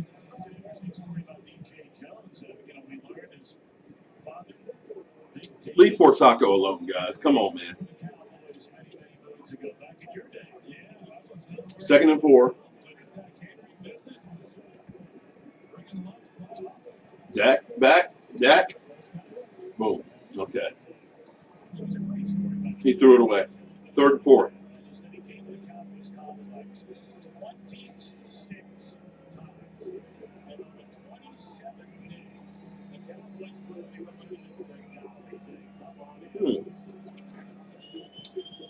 Birmingham, Alabama champion. Hey, Birmingham.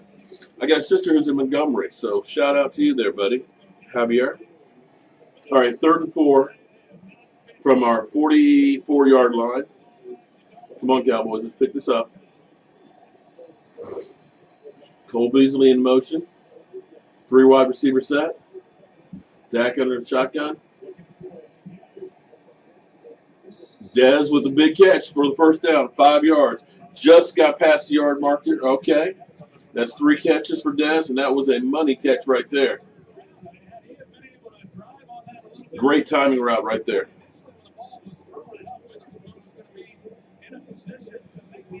Roberto, it's on Fox. Fox, some places. It's not on everywhere. Well, thank you, Cameron. Okay, 1st and 10 at the 48-yard line. And we'll run the ball with Zeke again. Zeke for about 3.5 yards. Okay. From basically nothing. He could have lost yards on that one, but he picked up a couple. John Turner, let me check if that's. No. Dez has got 3 catches for 26 yards right now. Zeke Elliott, 10 carries for 67 yards. So 6.7 yard average. Doing pretty good so far. Hey, the Condor, it may be the 49ers, but ask the Redskins last week about the 49ers. Ask the last 5 opponents who played the 49ers. They've got pressure. Oh, Dez literally just carried the man 10 yard downfield. There's a flag on the play. What's the flag?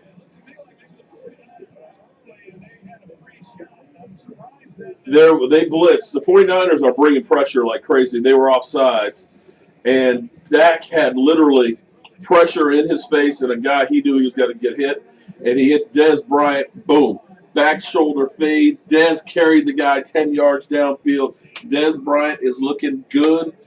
You've got Zeke Elliott looking good. Dak Prescott fearless in the pocket. Right now, we are rolling, guys. We are rolling. Another 49er down on the field. That's the second one. He doesn't look like he's getting up anytime soon. All right. Thus far, the offense has truly changed and mixed the shit up. Excuse my language, but I'm happy and excited that they are not just doing the same thing over and over again. We've had moving the pocket, getting Dak outside. We actually had a run play, not really a reverse, but basically a fake reverse to Cole Beasley to Switzer. Only picked up 3 yards. But when you do these plays out there, you have to worry about, is that coming again? You know, what's next? You can't say we're going to put 8 men in the box because they may end up doing that fake reverse and get somebody outside. You're running Zeke Elliott outside a couple of plays. So that means, okay, we put 8 men in the box and they're going to run outside, then we got to worry about the outside. That's what's been missing from this team is they have been so predictable that they keep trying to run up the middle, 3 yards in a cloud of dust, and teams have been doing a run blitz against us. Now, I got to tell you, Reuben Foster, their linebacker, I can understand why they let go of Navarro Bowman because that dude, that shows you what a linebacker is supposed to do. The way he filled that hole in, that's what our defense has been missing. You'll hear that Jalen Smith has 51 tackles on the season, leads the team, but he can't do what you just saw Reuben Foster do. His foot is not there, and I pray that it gets there because he has the instincts, but he's got to have the body to go there and to be able to fill that hole. Unfortunately, when he would get to the hole, he couldn't plant and push off, and a running back could make a move, and the only way he's tackling him is basically getting a shoestring tackle on him. So I'm happy that we got Hitchens back there, and I'm happy that Sean Lee's back there. That is a difference maker on this defense. Thus far, we've only given up 89 yards total offense. Not too bad. And 3 points. I know. It's only the 49ers. All right, so 1st and 10 for the Cowboys. 11:21 left in the half. 1st and 10 on the 21-yard line. Zeke Elliott with the ball. He was patient. 10, 5, down to the 4-yard line. The great flag on play. Let's see what the flag is. The thing that was good on that was Zeke Elliott was waiting for the play to develop. He could have hit the hole harder or faster, but he let his hold it.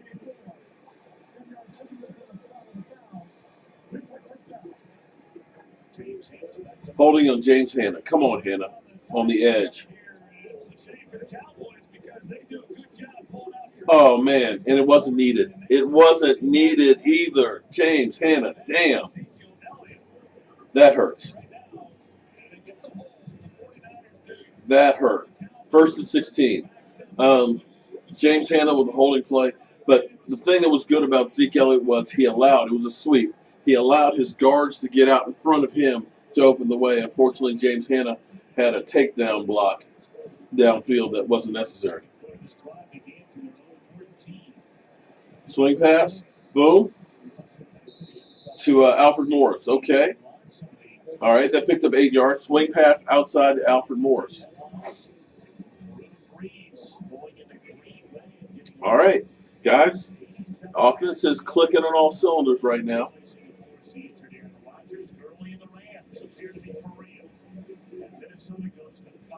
Zeke Elliott, 11 carries, 71 yards, 2 TDs. You got to like that.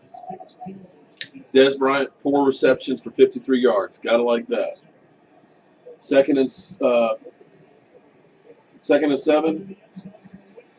Jason Witten, one-handed catch. Jason Witten, guys.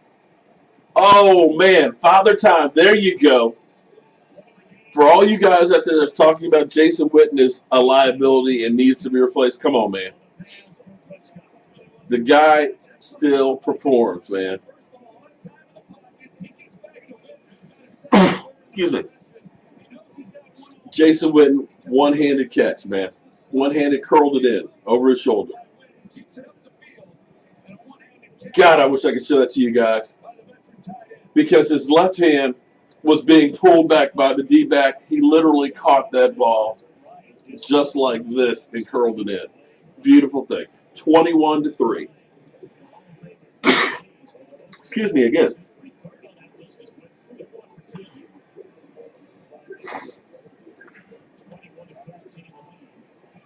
All right, guys. Right now, went for 2, didn't get it. 20-3. All right, guys. We're hitting on all cylinders right now. Jason Witten just made a beautiful, beautiful play. 20-3. We've got them where we want them. We've been here before. There's 10 minutes left in the quarter. Excuse me. I must be allergic to winning. Now is the time that we have to put a team away. It's what we didn't do against the Rams. We were up with the Rams in the second quarter and then fell apart with that turnover. We were doing the same thing with Green Bay, and we let them off the hook. I don't want to do a Dennis Green impression, but damn. We let them off the hook. The 49ers are who we thought they were, without a doubt. Jobu? All right. And the thing, I actually meant to change things up and pulled out the old cowboy beads, thinking I needed to put these on. I'll hold on to those just in case. Now, this is actually the first time that I've actually been live streaming during a whole game because some of you guys said you didn't have the game on where you're watching stuff. So I'm new to this. Normally what I'm doing here is I've got my notebook and I'm usually taking notes for halftime live stream and stuff. But since I've been here talking with you guys, no time to do that. Kenneth, I smell a blowout too, but here's the thing with the NFL. It's no longer a week-to-week league. It is literally a quarter and a half-to-half league. The 49ers were getting their ass handed to them last week against the Washington Redskins, and the Redskins should have lost that game to them had it not been for a BS pass interference call on Pierre Garçon down the stretch. They would have been able to kick the game-winning field goal. So don't sleep on them. And are the New York stinking Giants doing something up there? Oh my goodness. Hold on. What's the score? The Giants. What did the Giants just do there? Oh no, they made a play. Okay. They made a play on Seattle, which should have been a touchdown. Okay. Lucky for me, there's some great golf here. Seattle's in the red zone. Whether you golf or not, Come on, Seattle. You score some great savings on car insurance. Beat those New York stinking Giants down. Hole in one. Go to geico.com. So, guys, I'm going to ask you here, while we're waiting to kick off here, the Atlanta Falcons New England game tonight. Who do you guys have on that one? I'm sitting there looking at the Falcons, and I'm glad to say that they aren't as good as Jeff Heath just kicked off. What the what? and the guy bobbled the ball in the end zone. Okay, thanks for Paul. I'm trying to understand, guys. Jeff Heath just kicked off. Dan Bailey must be injured. Holy shit. We were all scratching our heads as to why Jason Garrett would pull things out of Mike Tomlin's book and start going for two at this point in the game. And now it certainly makes What the hell? I missed where Dan Bailey got hurt. He's walking on the sidelines, and that's why we went for two. And we just had Jeff Heath kick off. San Francisco has the ball on the 14-yard line, 1st and 10. And they just got a first down. I'm just trying to, guys, I hope there's nothing serious with Dan Bailey. As soon as I hear something, I'll let you know, but that's not what you want to see. And Jeff Heath is still out on defense. Dan Bailey is standing there holding onto his jersey like this, so I don't know what the problem is. I don't know with Dan Bailey. All right, let's see if we can get another sack in here, guys. First down on the 25-yard line for San Francisco. Sweep. Cowboys played it perfectly. Oh, my. Okay. All right. Jeff Heath. 3-yard loss. Tackle for a loss, Jeff Heath. Groin injury on Dan Bailey. Nice tackle on Jeff Heath. Okay. Maybe you heard me talking about him. But Jeff Heath, he actually had a nice kickoff. Okay. 2nd and 13. Jeff Heath is still on the field at safety. Okay. 3rd down and 5 at the 30-yard line. All right, let's see if we can get a Heath is on the bubble. Okay. Groin injury on Dan Bailey.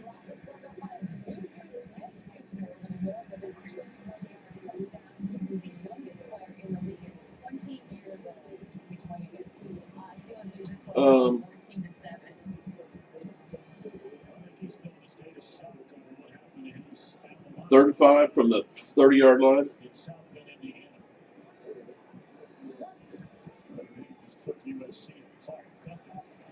First down. First down.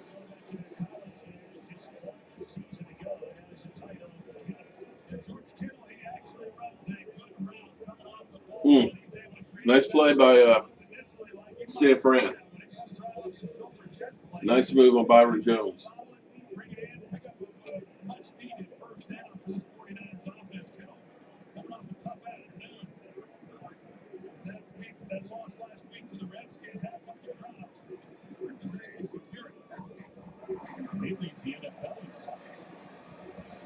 All right. Loss of 2 on that play. It was a sweep outside. Cowboys actually ended up stringing it out. Boom, boom, boom, boom. Got him. 2nd and 12. Clearly, Sean Lee and Hitchens there were able to scrape and hit the hole the way they're supposed to. I've seen Jalen Smith out there for a few plays, but not many. But it's been basically Sean Lee and Hitchens. When he's on the field, and I know that they're excited, as you mentioned, to have both he and Hitchens in the game for the first time. 49ers have had a hard time running the football in this game. Another sack. Tyrone Crawford with his 2nd sack of the season. Guys, that's 3 sacks. Dudes, you don't know how big it is. One of the best stats there is generally speaking, teams that make it to the Super Bowl or usually do really well and get in the Super Bowl have 40-plus sacks in a season. Something we have not had in a long time. And the great thing is now, DeMarcus Lawrence is getting all the attention right now because everybody's worried about him with the numbers he's having. But that effect is opening up lanes for everybody else. Tyrone Crawford with 2. You've got Collins at 2.5. You got David Irvin with 3, and we almost got another one right there on 3rd and 20. Boom. That's the way you do it, guys. Sean Lee again on another tackle. Sean Lee, I'm telling you, you guys kept saying, Sean Lee is just one guy, but I'm telling you, he's more than one guy for that defense. Sean Lee and Hitchens playing together for the first time this season. It's a difference maker on that defense. All right, so we got Switzer back there for the punt return. So far, so good, guys. We got 6 minutes left in this half. Punt's up in the air. Switzer got it. 15, 20. He's got a little bit late. 25 yards. Picks up 15 yards on it, guys. Switzer's looking good. All right. Put on the finger. Mark, I can kind of see the game. Oh, okay. You can kind of see the picture. Oh. Okay. I would love to. I've chanced it before where I've had like the other TV up in the background and had them literally shut it down from just having a little bit of it on there. So it's crazy. The score is 20-3 Dallas, Neil. So far, so good with the Cowboys. Des Bryant, let me go through the stats here. Zeke Elliott has got 2 touchdowns, 71 yards rushing. Actually, I got the wrong game here, stats. You got Des Bryant with, I believe, 5 receptions. 5 receptions so far for like 59 yards. You've got Dak Prescott, touchdown pass to Jason Witten. The Cowboys are doing everything that you're supposed to be doing to a bad team. Let's just hope that they can keep their foot on their throat and keep doing what they're doing. Yeah, Zeke Elliott, 11 carries, 71 yards, 2 touchdowns. Des Bryant, 4 receptions, 53 yards. Jason Witten, 2 receptions, 29 yards. Cole Beasley, 1 reception, 24 yards. Dak has been standing in pressure and still being able to deliver the ball. The best thing that I have seen with our team, I'm going to say coaching-wise, is they have been actually mixing things up. They have been changing things around. They've been moving the pocket, getting Dak outside, rolling out. They've had Zeke Elliott running outside. They've thrown in a fake reverse to Ryan Switzer. So they've been mixing things up and doing some good things and not being predictable. So I'm happy thus far with what we're doing. Now, our biggest problem hasn't been starting out. Excuse me 1 second, I need to adjust the other TV before it cuts out.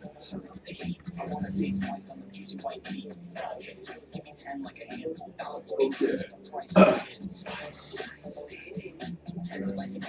Sorry, I've got down here in my man cave, I actually have the red zone on over here so that way I can see that TV as well on here. And because it hasn't changed in a while, the TV was about to turn off, so I had to adjust the cable and make sure it stayed on. And it looks like the Giants have just scored. Oh, my goodness. Could it be that Odell Beckham is really kryptonite for the New York Giants? Because all of a sudden they're playing better without him. The Giants just scored. All right, so offensively, everything's been great. Defense-wise, you've only given up 3 points. Michael marked okay.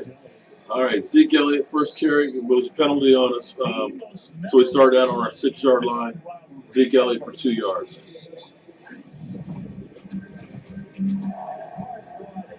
Yeah, the Giants are leading the Sea Chickens. That's not good. Joe Buck doesn't take bathroom breaks. Okay.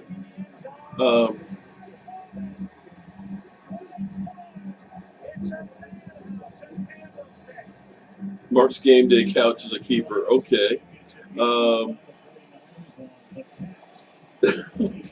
right, second down and 8. Zeke Elliott for 1 yard. Third down and 8 from our 9-yard line. Not the spot you want to be in.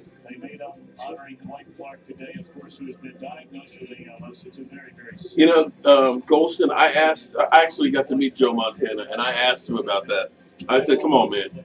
You were throwing that pass away, weren't you? He's like, no. I knew Dwight could catch that out there. It's like, yeah, right. His impact on this organization is immeasurable. Talk to permanent policy.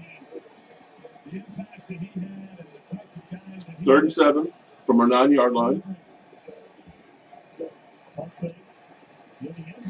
Dak in the end zone, throwing out, and throws it away.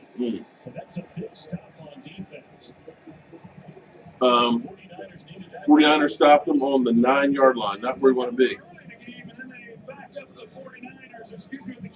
Oh, I'm sorry, man. It's actually one of those DeMarcus Lawrence shrimp sliders.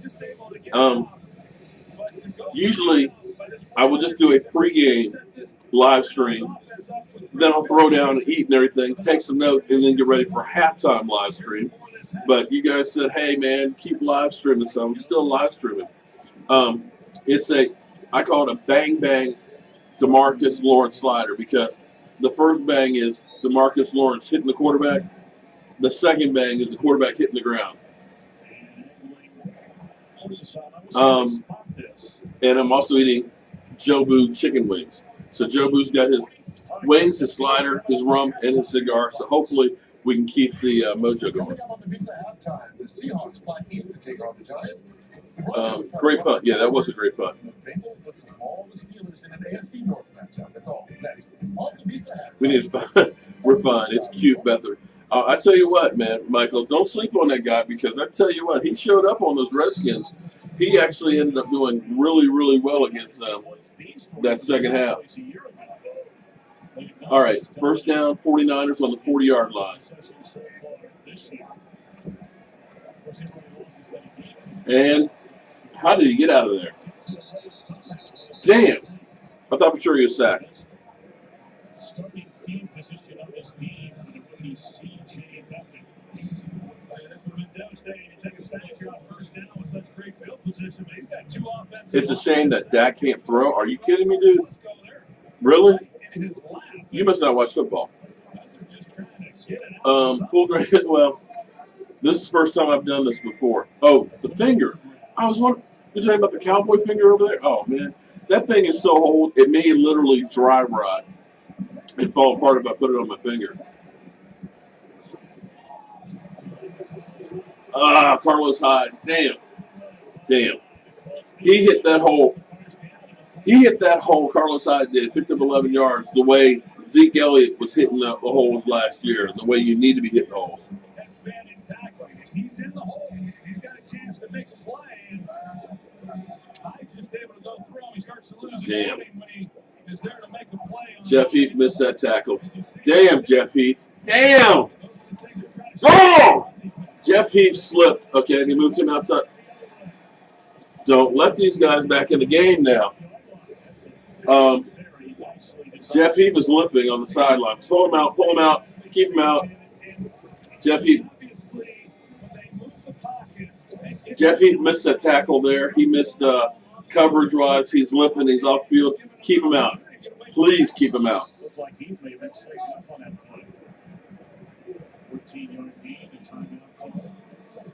3 minutes and 20 seconds left in the half. Jeff Heath is over on the sidelines there, cleaning out his helmet. He was limping on the sidelines, but he's sitting there cleaning his shield on his helmet. Damn, Jeff Heath. Jeff Heath had Reuben Foster in the hole, and he tried to cut him like he fell over, and then he just got beat on the next play. Oh, man, I'm like you, Michael. What the fuck? We need to keep Woods out there. Please keep Woods out there.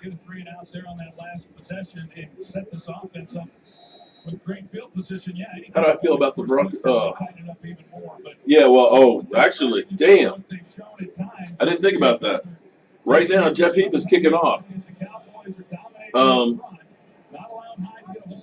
if he's hurt, I don't know who's going to be kicking. First and 10, Jalen Smith is actually out there now. First and 10 on the Cowboy 34-yard line. Reuben Foster, fumble. Oh, okay, got it back. Damn. Second down and 7. Well, Ronaldo, here's the thing. I hadn't planned on live streaming the game. I thought this game was being shown all over the place. But a lot of people said that they're not going to be able to get it, and they wanted to hear the game and asked me to. Okay, 3rd down and 2 from the Cowboys' 24-yard line. Well, here's the thing. Our kicker's hurt right now. Jeff Heath actually kicked off. We don't want Jeff Heath to be injured. He may have to do our kicking. So we'll see what happens here. 3rd down and 1 on the Cowboys' 24-yard line. Let's see what happens here. 2 minutes and 24 seconds left in the half. Oh, Jeff Heath's back out there again at safety. Oh, Lordy. Here we go.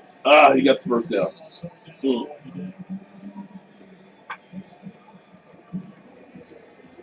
Jeff Heath is still out here. Bailey is hurt. Groin injury.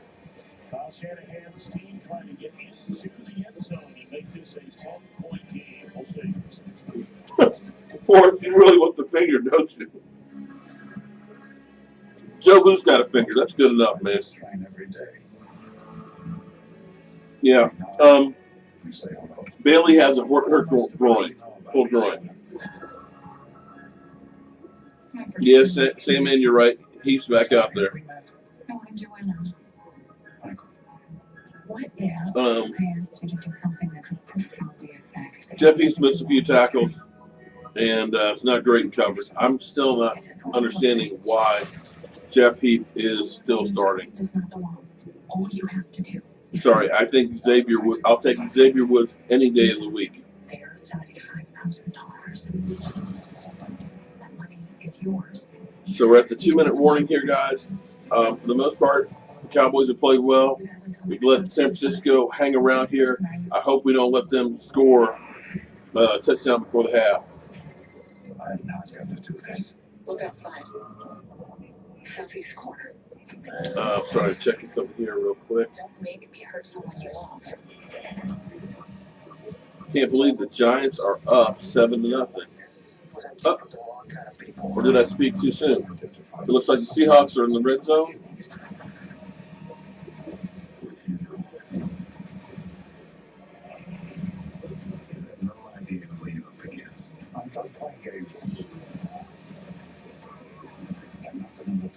Okay. Seahawks are driving at least. That's good. Checking in on some of the other games tonight. Oh, my God. The Chargers are up 14-0 over Denver. So the old adage that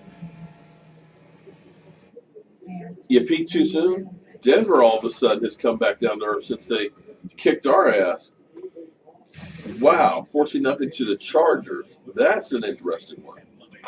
Carolina losing to the Bears. That's another one that kind of really shocks the hell out of you. Although the problem with Carolina is basically they've got Cam Newton. His receivers can't hold shit. His running backs can't run. And with Luke Kuechly having his 3rd concussion in 3 years, all of a sudden, they may not be that good. That's the thing about the NFC this year. It's wide open. Green Bay, now that they lost Aaron Rodgers, will they win another game? New Orleans has gotten kind of hot, but New Orleans, do you really think that they're going to be anything with that defense? 1st and 10 on the Dallas 23-yard line. And Carlos Hyde is running like a man possessed right now. 1st down get them down to the 7-yard line. Clock running with 1:50 left. Cowboys, come on now. Hold them to a field goal, guys.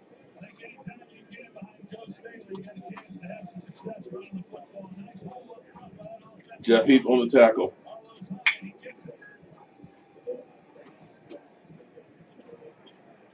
Don't let these guys hang around, guys. 1st and goal on the 7-yard line.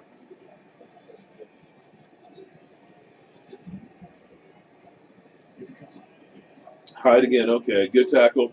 Jalen Smith, a tackle, only giving up 1 yard. Okay, he's excited.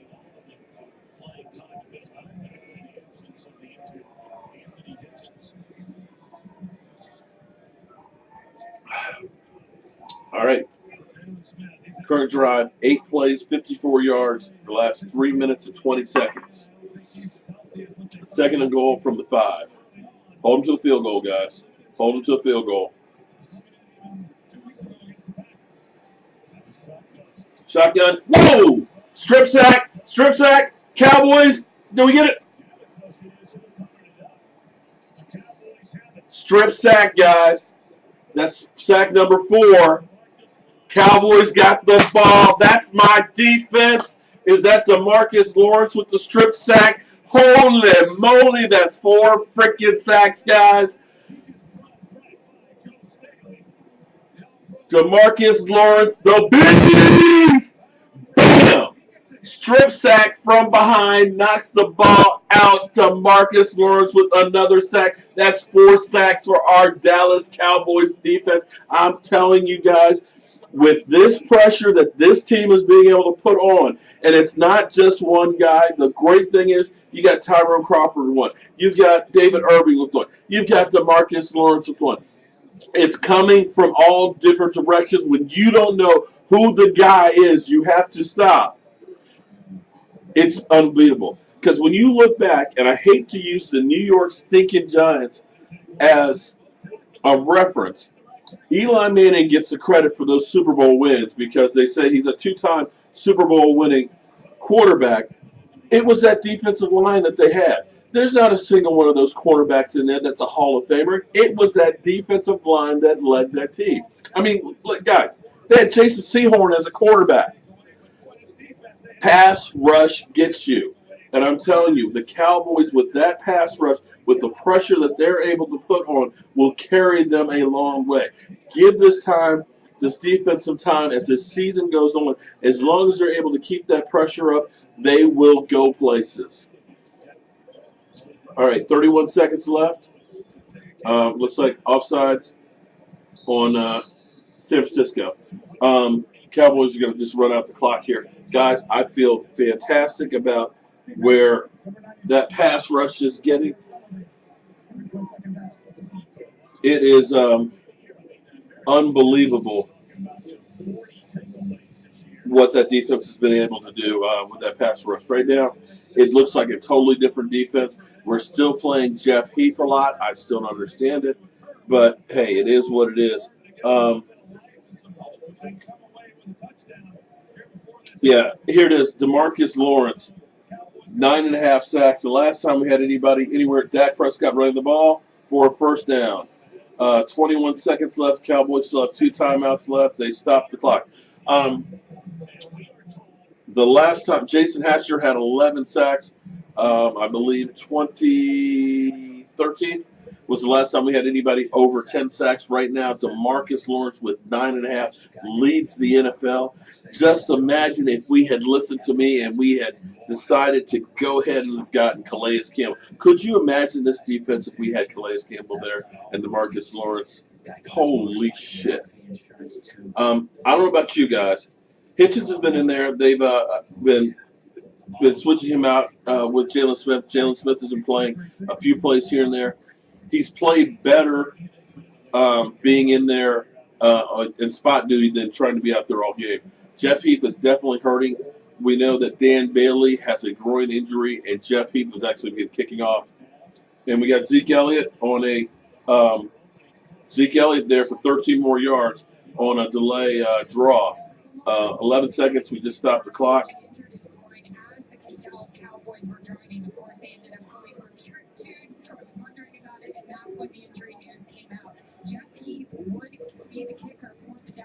Okay.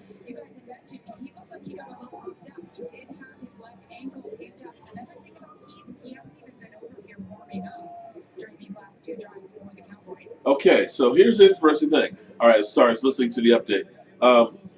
Dan Bailey, hurt groin. Jeff Heath is the emergency kicker. He kicked off for us. He got a little bit beat up and also beat a few times. He is also our kicker. Now, we've got 11 seconds left, no timeouts. We have the ball first down on our 45-yard line. The question is, will we try and have Jeff Heath kick for us? And he hasn't even warmed up. Apparently, we're just going to run out the clock because we just let Zeke Elliott run up the middle. Okay. 49ers will get the ball to start the second half. We're up 20-3. The defense has been freaking outstanding. We should have at least given up another field goal right down here, but we had a strip sack from DeMarcus Lawrence.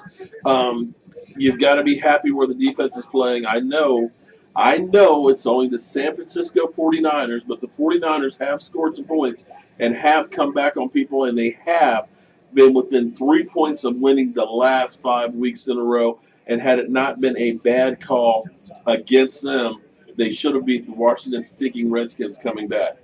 But right now, the Dallas Cowboys have been doing what you're supposed to do to a bad team. With Frankie. You're supposed to pound on them and beat them. Zeke Save money Elliott on motorcycle has insurance been with Geico going fantastic. up the country going without me. Frankie. 15 carries, 89 yards. Clearly his best game of the season, 2 touchdowns. Great rates for great rides. Dak Prescott, 2 rushes, 21 yards. Dak has been fantastic. The thing that I'm happy about, I'm hoping that this is a thing to come for our Dallas Cowboys. That our coaching staff feels an urgency and realizes that we cannot just line up and just beat people head up, man to man every time. We've got to change shit up. And they have changed some things up. They've definitely done some different things. They have rolled Dak Prescott out a little bit more.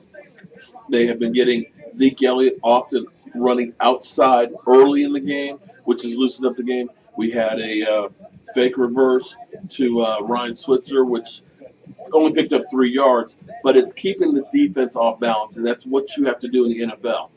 If you can have the defense wondering what you're going to do, then you've got an advantage.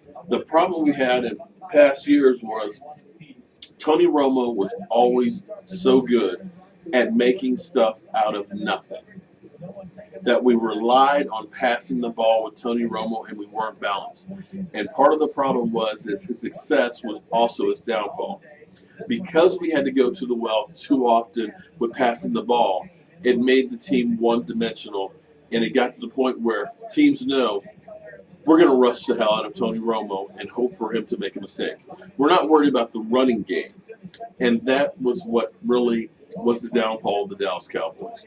Right now, there's not one thing that you can try and stop with the defense as a defensive unit.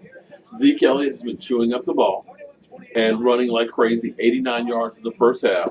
You got Dak Prescott, who also has been able to run 21 yards and 2 carries, as well as throwing for 120 yards. So if you're a defensive coordinator, the question is, with the Cowboys getting almost 250 yards in offense in the first half, what do I try and stop? Do I put 8 men in the box and try and stop Zeke Elliott? Because Dak Prescott has been doing a read option, fake dive, and running for 15 yards. So if I put 8 men in the box, Dez Bryant, Dez has gotten 4 catches for 53 yards. If I put 8 men in the box, he's going to be single covered. He's going to be open. Or Jason Witten, who just got another touchdown, literally curling. It was a thing of beauty. I wish I could show you highlights, guys. Jason Witten literally caught the ball one-handed here on the nose and curled it in for the touchdown. So who do I stop if you're a defensive coordinator? And as long as this Cowboys offense does that, can play and keep you guessing, they will kick your ass. Defense-wise, we've had a few bad plays here and there. I still don't know why we got Jeff Heath playing as much as we do. Jeff Heath, I'm sorry, is still a liability at safety. He had an opportunity to stop Reuben Foster right in the hole and just literally just bit the dirt and missed him completely. Reuben Foster picked up the first down, 13 yards downfield. If the playoffs start tomorrow, we'd have the 5th seed. Well, maybe true, but we got to do better than what we're doing. Although the years we've made the playoffs, we've always been the guy, the top seed. We end up blowing through the regular season and we sit down and wait. I actually want to see our team have to fight and claw and scratch to get in there, because it seems to me that Jason Garrett usually sucks after bye weeks. I'm hoping that we get this win, because we get this win, counting bye weeks being playoffs as well. Jason Garrett is 6-6. Not that great a record. You're 500 when you've had a break. You need to be coming out of a bye week kicking ass and knowing that that's going to be a win. We're rested. We should be ready to go. We've had 2 weeks to plan for that next opponent. The 49ers played against the Redskins on the road last week. You should be doing what you're doing right now, blowing them out. I'm hoping that maybe we can make the playoffs. And we have to work our ass off to get there and be hungry and have to keep playing because clearly us having time off doesn't work. Tony Romo went to Cabo when we had a break. We had time before Green Bay twice and lost to them. So clearly having extra time to think about the game is not in our best interest. I'm hoping that we can slowly work our way back in there as Denver has done, as Kansas City has done, that the Philadelphia Eagles start coming back down to earth as well, because clearly we've had some teams that started out gangbusters that now don't look as good at all. Right now you've got, let me get back to the scores right now. You've got Denver. Denver was down 14-0 to the Chargers. Chargers are not good at all. So right now, and the Chargers are about to score again. The Chargers are right at the moment in the red zone. So all of a sudden now, Denver does not look good at all. Trevor Siemian, who was the guy, all of a sudden is looking pretty bad. So I'm trying to catch up with where they are exactly. But right now, I'm sorry, that was a mess up there. They're not in the red zone. But right now, the Chargers have the ball and they're driving. So they are not looking as good as you thought they did a couple weeks ago. So all you people out there who said the Cowboys suck, their season is done and over with, let's worry about tanking for next year. Guys, we only played 5 games. We're still 2-3. It's the NFL, man. Things change in a heartbeat. For all you know, the Eagles could pull what they did last year where they started out 3-0 and ended up in the basement. The Cowboys, for all you know, when you start looking at Kansas City, who now is on a 2-game losing streak, we got the Redskins next week, and then we got Kansas City. Who knows what team that's going to be? All of a sudden, with the Atlanta Falcons all of a sudden have come back down there. Their defense stinks, and their offense isn't playing as well as they did. Who knows? Some of these games that look like they're going to be killers and ones that you just might as well chalk up and say we're going to lose. Now you just start saying if we can play our game, if we can do what we're doing by playing balance, if we can keep Zeke Elliott on the field, and we can stay healthy with getting guys like Sean Lee, who knows what we're going to be able to do. So I'm not ready to give up on the season. It's way too much football left. Until you're mathematically out of it, you keep hoping and praying. And I believe that you don't put out into the universe something unless you want it to happen. I'm a positive person. I'm going to think about the positive. I'm going to try and find the good things and the good side of what we can do. So I'm going to look for us to be able to get our stuff together, hope for the best with Jason Garrett. And I know that's a hard hope, but hope that Jason Garrett and those guys, all of a sudden, the light bulb comes on. Lord knows they've had enough practice, but they've got to get the guys on the field.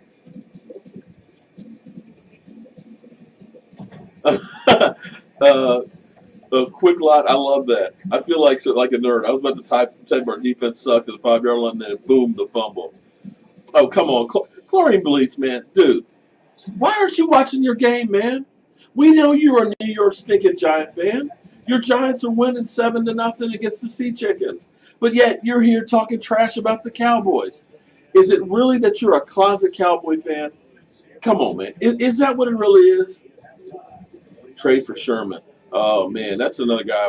You guys know I wanted a Richard Sherman because, see, I'm an attitude guy. I believe in emotion. Not necessarily trash talking, but I believe you need a guy out there who's a little bit edgy. Charles Haley was edgy. Charles God, Charles talks trash every single day of his life. It didn't matter if Charles was playing pool. He was going to talk some trash. And he was going to intimidate you. Charles would get up in your face and you would just say, that's a crazy MFer.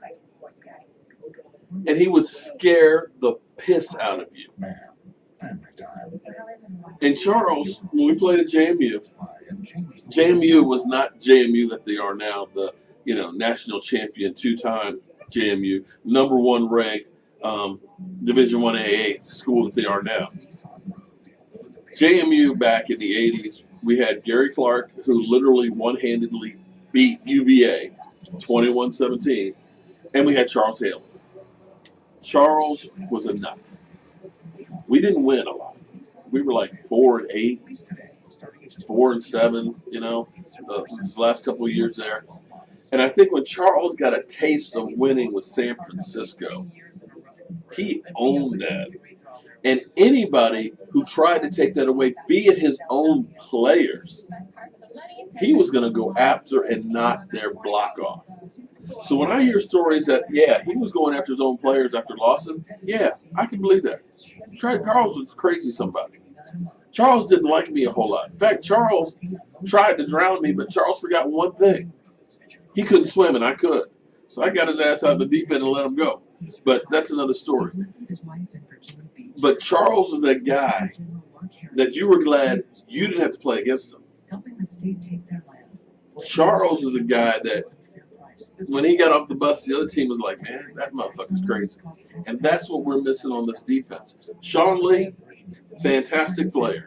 Sean Lee leads by example, but Sean Lee is not vocal.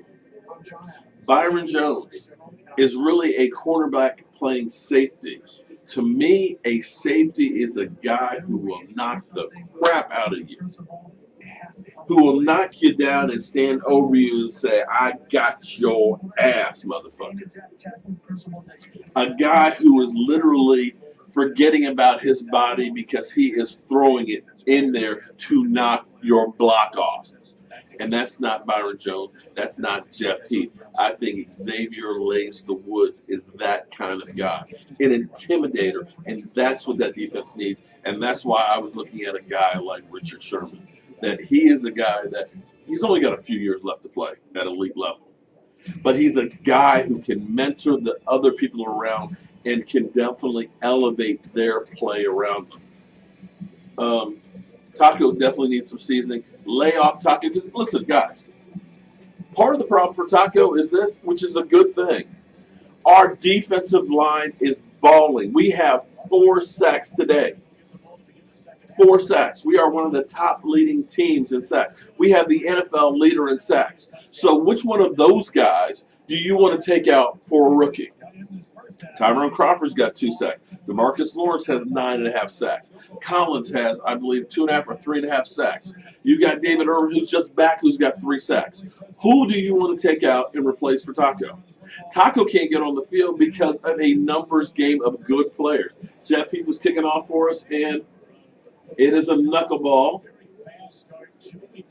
Okay, San Francisco's got the ball up. Good coverage, good coverage. Taking them down at the 24-yard line. Okay. Jeff Heath is going to lose this game. No, we're not. We're not losing this game. Don't put that out in the universe, guys. Neil, here's the thing. They drafted Taco. Taco really was a second-round graded guy. But the problem is defensive pass rushers were going off the board like that. Okay? So what the Cowboys said is, let's gamble on taking a pass rusher now because by the time we draft in the second round late, there won't be any of them. There's a lot of cornerbacks that are still left on the board. We can probably get a good cornerback later on. And we ended up getting Jordan Lewis, which was definitely a great pickup. San Francisco, damn, nice play by Beathard. About a 15-yard pass play, first down on the 39-yard line. So they reached for getting Taco. Taco, give the man a break. We're still in our rookie season, and you've got other guys that are in front of him that are balling out. He's not going to get on the field as long as the Cowboys are playing the way they're playing right now. Okay? All right, first down on, the 44-yard line. Don't let these guys hang around. Got pressure. Almost got him. He threw it away. Okay, pass rush is still there. DeMarco who? Do I miss DeMarco Murray? No. Because here's the thing. Think about this. We could have re-signed DeMarco Murray to a big fat contract, and he probably would have done well for a couple more years. But we wouldn't have drafted Zeke Elliott, although you could argue and say Zeke Elliott maybe we shouldn't have drafted. But that was also the impetus that ended up helping us to get Dak Prescott. When we started looking at getting some of the pitch out, Cowboys defense stringing it out. You guys let him get away. Damn it. Hyde picks up 8 yards on it. Okay. DeMarco Murray leaving was the reason why we ended up having to draft Zeke Elliott. And quite frankly, we had to go through that season in 2014 to be pathetic to have the draft that we had. Sometimes things that look like they're a bad thing end up being a good thing for us. And had we not had that 2015 season, we wouldn't have the players that we do now. Right now, we have a great 3rd down and 1. Did he get it? Okay. Right now, you can't say that we don't have a lot of talent. We have to get a few more pieces here and there. But when you look at having a Dak Prescott as quarterback, and when you look around the NFL, all you guys out there saying that Dak Prescott is not that great a quarterback, take a look around the NFL. How'd you like to be the Cleveland Browns that every year draft a quarterback and have had, 22 different quarterbacks starting the last 20-some games? Okay, we're playing kind of a soft defense right now, and I'm really not liking it right now because San Francisco's marching down the field really quick. We've got a quarterback. For the most part, our offensive line is young and still really talented. I have concerns about Tyron Smith's back. Our defensive pass rush, we've got a lot of young, talented guys that are there. Boom. Okay, good pass rush again. We have pieces for the next 4, 5, 6 years that are in place. We have drafted really well. And we have 10, let me say again, 10 draft picks going into next year. With 10 draft picks, that's a lot of players we can put on the field. We keep signing key players. We got $14 million in cap space. We are in a great position. I don't know that we'll win a Super Bowl this year, but we are a team that is being able to challenge for ones over the next couple of years. Hyde is making stuff out of nothing. It's 3rd down and 4. He should have been stopped in the line of scrimmage. Defense got to tighten up there on the run game. Hyde is about the only thing they've got going right at this moment. 3rd down and 3.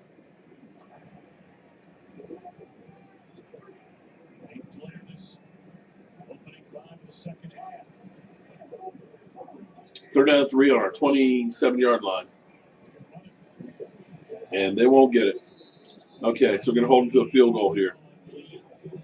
I see Xavier Lazarwoods is there. Lee, oh shit. Lee is limping. Oh shit. He's still on the field, but he's limping. Sean Lee is limping. That's not good. 4th and 3. It looks like they're going for it. Kyle Shanahan going for it, 4th and 3. Oh, Lord, Sean Lee is limping. He's still out on the field. 4th down and 3.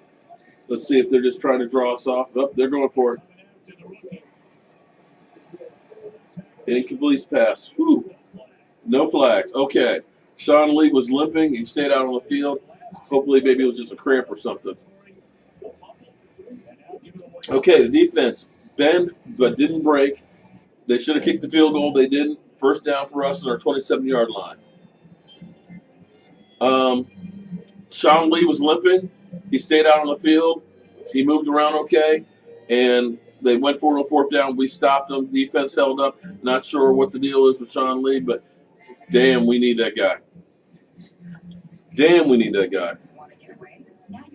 Well, Ruben, Sean Lee stayed in there. He never laid down the ground, but you can see he was limping a little bit there.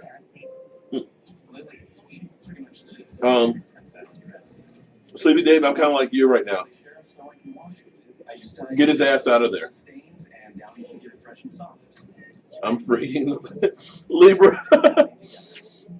Man, don't freak out, man. Don't freak out. Is your birthday? And I take it you're a Libra. What's your birthday? Mine was the 10th. There's Mark Simpson. My buddy in England with the wife named Tracy. I'm hoping it's not his hamstring. Let's hope that he didn't tweak that hamstring again. I pray, because that's one of those lingering injuries. Let's just hope that he's got a rock in his shoe. Okay? Let's just say that. He's got a rock in his shoe and he's okay. Let's check out some of the other games here. Seattle's on the board 7-3. Excuse me, 3-7. Pittsburgh is beating Cincinnati 17-14. And Denver is still losing to the Chargers 14-0. That's a surprise. This season has just been crazy this year. I got to be honest with you. All right, I'm going to ask a dumb question here, guys. I have been talking now for over 2 hours live streaming. How have I been doing so far? Because I have no clue. I haven't watched a live stream before. Have no idea what I should be doing or whatever. And in fact, I don't think I've ever stopped to talk this long straight with nobody else to talk in return. So I'm hoping that we're doing okay. Des Bryant is a bum. He's not helping. Rick G, I beg to differ on that. He's had some really clutch catches for first downs on 4th downs. He's got 4 catches for 53 yards. Are you watching a different game than I'm watching? Excuse me. Fake reverse screen. Okay. Zeke, 10, 15, 20, 25, 30, 35, 40, and he could go all the way to the house. Oh my God. I do not freaking believe this. The Cowboys just threw some razzle-dazzle in here. Oh my God. They did a fake reverse. Dak kept it, rolled around, hit the screen, and Zeke Elliott went from the 25-yard line, 75 freaking yards to the house.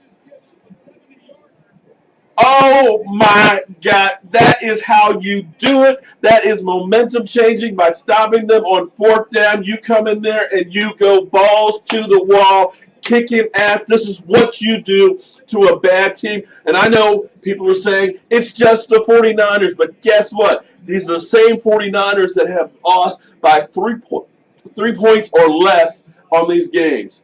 Holy moly. And we got Jeff Heath out for the extra point. Here we go. Let's see. It's up. And it is dunk.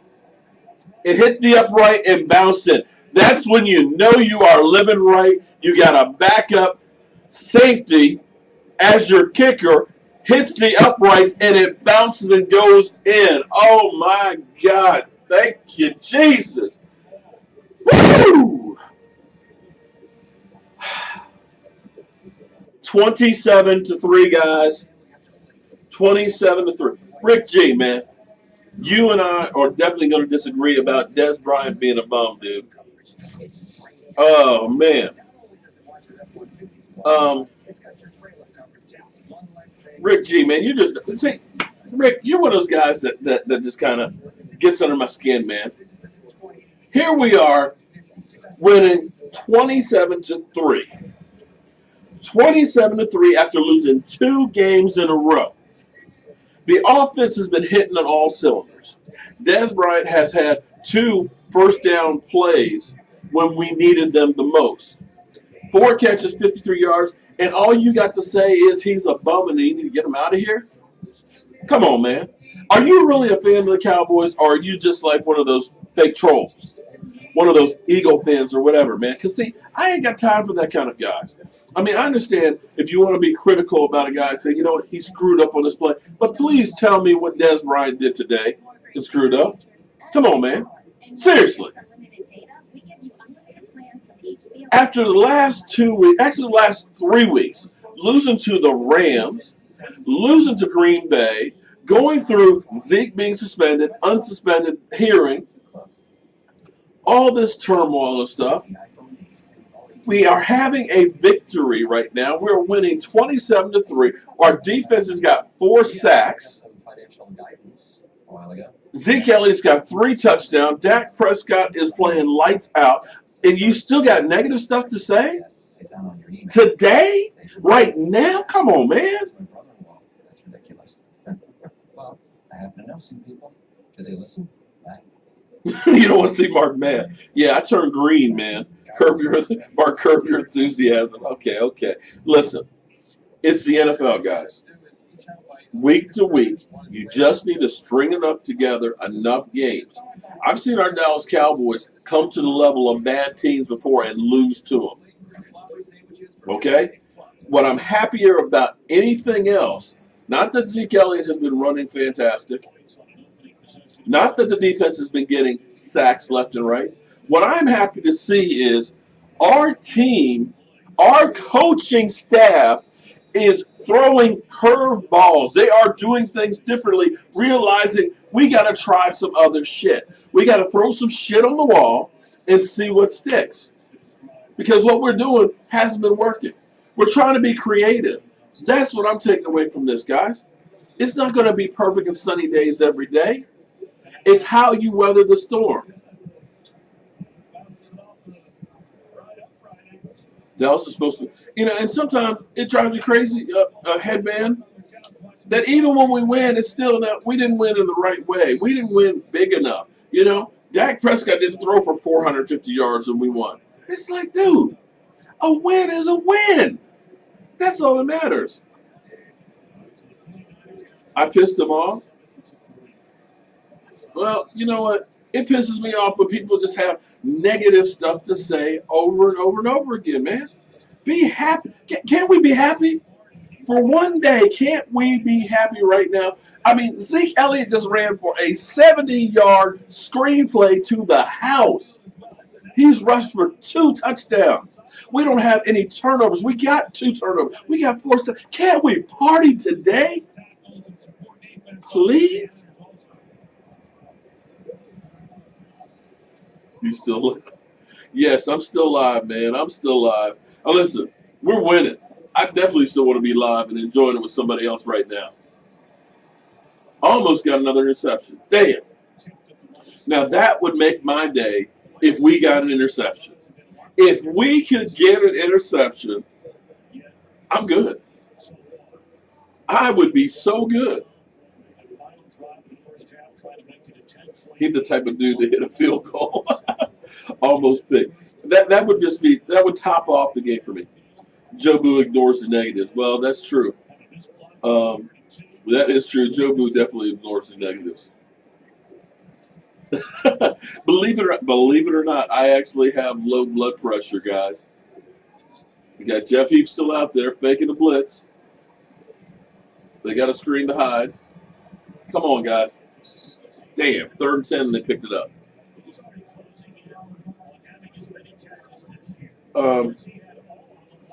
Well, thank you, Mickey. I don't know if I've seen you here before, Mickey. Welcome to the madness that is the Jobu Sports Report.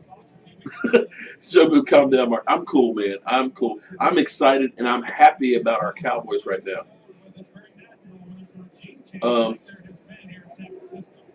I can't understand. Nice play defense. Okay, stopped them dropped them 6 yards behind. Anthony Hitchens on the play. Yeah, Jobu's got his cowboy hat on here. Trying to change up that mojo. I need to eat some salt. I'm not a big salt eater, and I don't cook with a lot of salt either. And I believe it or not, I actually eat a lot of salad too. That helps. Don't worry about me. I'm not going to have a heart attack. But if I did, that should be great for YouTube, wouldn't it?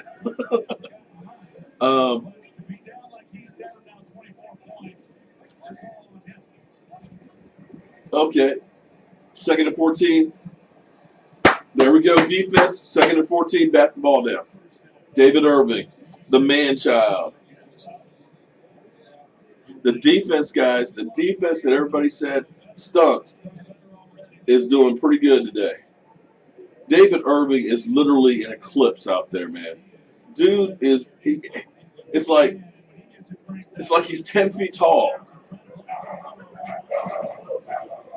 Don't know why the dogs are going crazy upstairs. All right, 3rd and 14, guys. Let's get a stop here. And it's David Irving was so close to the was he in bounds? He was out of man. David Irving literally just about had a sack, and we almost had an interception, but he was out of bounds. And is that a lady? I believe we have a female official out there. Hats off to the ladies, although she called him out of bounds. They are putting pressure on guys. Man, it is unbelievable, the pressure. Let's see, it's 1 foot. Oh, man. He had 1 foot in, he hit his other foot, hit his other foot, and bounced out. Switzer, okay. Okay, all right. Damn.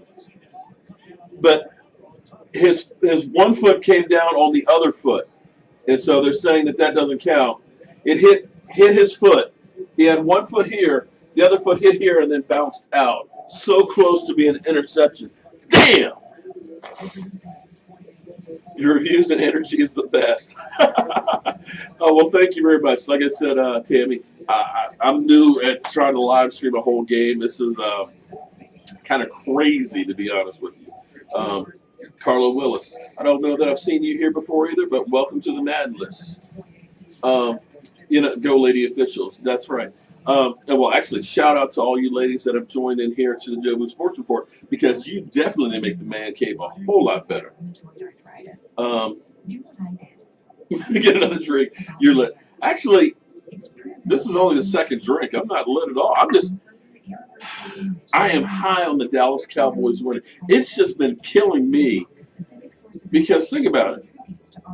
We've had 2 weeks off, and then we had the game. Of course, we lost to Green Bay, and then the week before we lost to the Rams. It's been a month, guys, since we have tasted victory. A month, and all this has been pent up inside, and it is just ready to go. Now, I don't want to get excited yet because we still have some game left to play. And the way this season has been, it's been crazy. So I don't want to get excited. I don't want to pop the champagne too early. I want to make sure that the fat lady sings before we say it's a done deal. But right now, our team in all phases has been looking good. Things to worry about, Dan Bailey, groin. We need him. Jeff Heath has done pretty good in filling in a kicker. Maybe we should move him from safety to being a kicker. Sean Lee was limping. You got to worry about his hamstring. We got to have that guy. And other than that, the coaching has been better as far as the play calling, the offense. We've been mixing shit up left and right, and that I am more ecstatic about than anything else. Defense is playing better when you have your horses there and you have a pass rush. And it also helps when you're playing a great team. So you get this one. If we're lucky to get this one, we're 3-3, and we face the Washington Redskins at FedEx next week. All right, 1st and 10 on the 20-yard line. Zeke Elliott with the ball. Zeke Elliott, 7 yards, broke a tackle. See, that's something that Zeke hadn't been doing, is breaking any tackles. Zeke today is possessed. What I was actually saying about before was about Zeke and other stuff happened was, for the first time, Zeke was actually told, you can't come to practice. You cannot be part of the facility. You are not part of the team. You are suspended.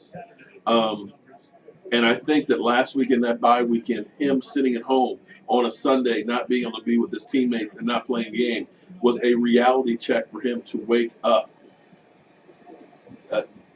Jason Witten, all he does is get open and catch passes. First down. And I think when you heard him talking, a lot of people said, oh, well, he's just saying what people want to he thinks people want to hear. But I think it was genuine that he was happy about being back there. That weekend, those 4 days was enough for Zeke Elliott to say, oh, shit, I could be losing this stuff. What am I going to do for the next 6 weeks without the team? And you don't miss the well I miss the water till the well runs dry. And I think that that's what Zeke had. And I think that that whole thing is waking him up because he's clearly, boom, just picked up another 4 yards. He's clearly running better than he has all season. Let me look at the stats real quick here for him. He should be over 100 yards by now. Right now, 16 carries, 96 yards rushing, along with a 75 yard screen pass to the house. So, this is clearly by far Zeke Elliott's best game of the season. Now, the question will be is how much more are we going to have him? You got another 49er down the field knocked out. Hole in one. So they're basically running on fumes right now. So you got to feel good about where the team is right now. And I'm hoping I didn't piss off whoever that was talking about Des Bryant. I didn't mean to go after somebody too much there. Well, thank you, Aaron. You might not want to watch me every day because it might do brain damage. Oh, God. I heard it. Well, yeah, you know what? I hate the Packers. How can I not hate the Packers? Okay? I am literally the same age as the Super Bowl. Okay? That's how I remember how old I am because whatever year it is, that's my age. I'm 52. This year, Super Bowl is 52. So I was alive when the Ice Bowl happened. The Lombardi Trophy could have been the Tom Landry Trophy had we held him on the freaking goal line for one more play. Okay? Green Bay Packers have been breaking my freaking heart all my life. So, yeah, I'm going to talk trash on the Green Bay Packers. I hate the freaking Packers. I don't want to say I'm happy that Aaron Rodgers got hurt. I don't want to say that. I don't want to say that. And I'm going to leave it at that. Forrest, what is the obsession with the finger over there, man? Come on. I got all kinds of stuff. I got a hard hat over there. I've got all kinds of hats. What's the obsession with the finger, man? It's a foam freaking finger. I'm not in the stadium there to wave my finger. Come on, man. Yeah, I can't believe the Broncos are losing to Chargers 14-0. That's kind of amazing. But then this is the NFL. You could go from the penthouse to the outhouse in 1 week. Denver looked like they were going to be the odds-on Super Bowl team from the AFC. That defense of theirs, unstoppable. And now, not so much.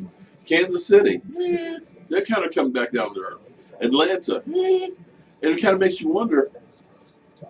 New England, clearly, Bill Belichick has made some plays and maneuvers with some of the personnel over the last year or so that have affected that team. That team, they're 4-2. But they're lucky to be 4-2. They had 2 games that they could have, should have lost had it not been for a missed field goal from Nick Folk and a play reversal against the Jets. Okay, we got a flag. See what the penalty is. Probably holding on offense. They're not as good as their holding on us. Not as good as their record is. And Atlanta, the other Super Bowl team, their defense is definitely suspect, and Matt Ryan is not having the season that he had before. So, Reuben Foster hurt his back. Trent Brown, their tackle, he's hurt. They are literally beating the hell out of the 49ers. Okay, 2nd and 15 for our Cowboys. 6:42 left in the third quarter.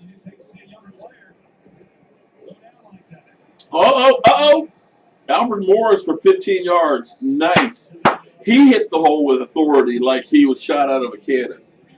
That bodes good for us. But he had a nice hole, too, there. Boom. Cooper had a nice block on the linebacker there. Boom. He went down to the double team, gave a hand, and boom, got to the second level to the linebacker. And that sprung Alfred Morris through that hole. Nice. 3rd down and 1 on the 47-yard line. You got Zeke back in there.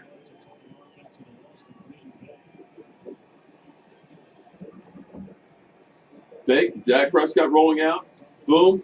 Dumps it out to Hannah. First down.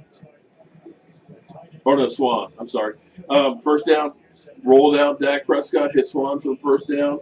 We're in San Francisco territory. Now, this would be nice. We score any more points, guys. We're over 30 points 3 games in a row, which is fantastic. And thus far, our defense has only given up 3 points and had 4 sacks. Not 1, not 2, not 3, but 4 sacks. All right, first down on the 45-yard line. We got Zeke going outside. 10, 15, 14 yards. Zeke is doing it up, guys. That's the Zeke that we've been missing. That's the Zeke that we need. If we had that Zeke in a couple of those other games, it would have been totally different games. He's running like a man possessed right now. So I love the finger, man. That's like I said, that finger is probably about 25 years old, and I'm really afraid to touch it because it's probably dry rotted in here.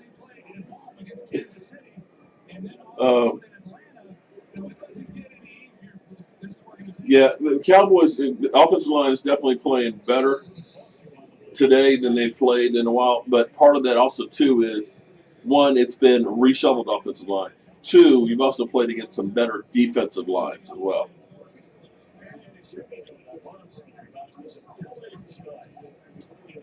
Oh, I'm sorry.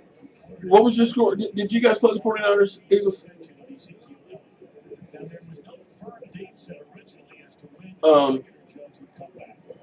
Jay Watt? Have you played them yet? I don't believe you have yet. But we'll see if you blow them out. Because we're definitely blowing them out. Now, we'll leave you guys. You got your Redskins tomorrow. Dak Prescott hits Jason Witten again. Boom. Nice play by Jason. Jason Witten's having a flag. What's the flag?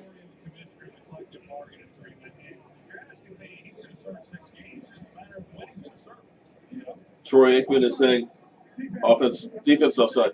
Troy Aikman is basically saying the same thing that I've been saying is, one way or the other, Zeke Elliott is going to be serving a suspension. The question will be is, when will it be? And I'm afraid that it's going to keep getting kicked off, and when we really need him down the stretch and into playoffs, if we make playoffs, that we're risking not having him then. And clearly he is a big part of that offense when he's rolling. Screen pass to Dez Bryant for 7 yards on a quick out at the line of scrimmage. Basically, the Cowboys are able to do anything they want right now. Cowboys are putting on a clinic right now. We have almost 400 yards of offense right now. We're still in the third quarter. 388 yards. Yeah, we've been that good. Dak Prescott, 231 yards, 2 touchdown passes today. And we're on the 8-yard line. Another quick out to Dez. Dez picks up 1 yard on that. Okay. 3rd down and 2. They basically did the same play in a row.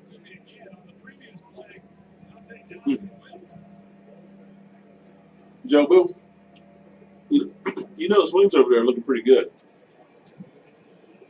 And I'm running out of them. I may have to steal those from you. 3rd and 2 on the 7-yard line. They are giving Dez all kinds of space. And we got Dak. Oh! Dak got the throw. Oh, wow. They did a fake handoff to Zeke Elliott outside. Dak Prescott kept it, got hit behind the line of scrimmage, looked like he was going to be short, but he extended out with the ball to get the first down. Unbelievable.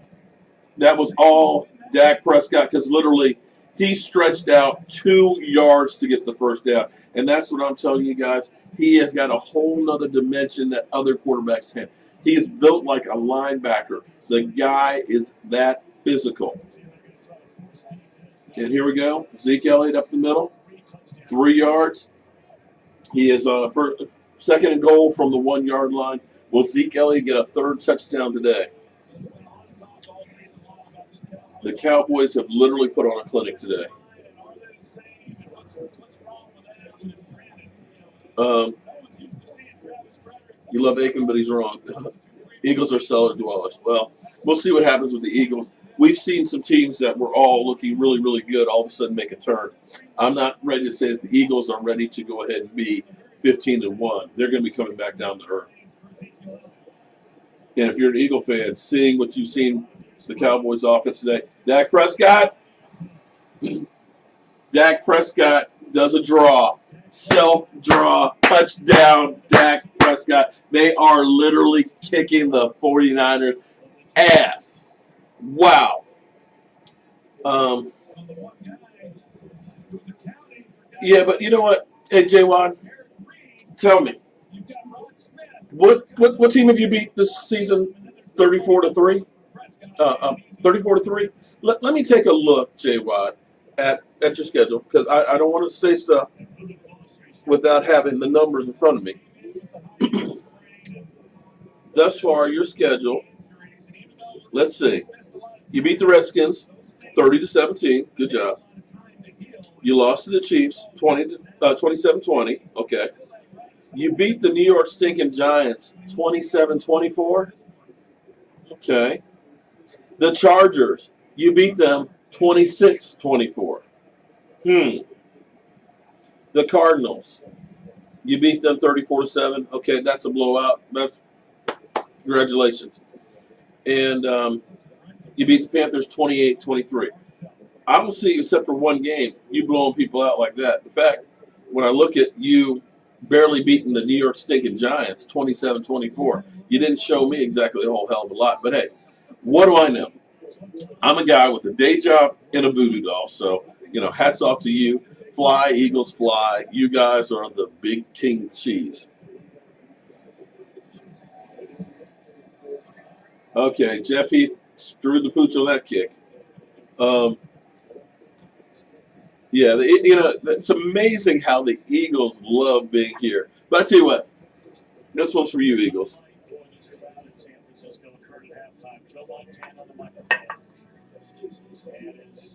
Well, here's the thing. We'll find out about the Eagles when we play them. You kick our ass, J-Watt, I will be the first one to say, you know what? The Eagles are a better team than I thought they were. So we'll see.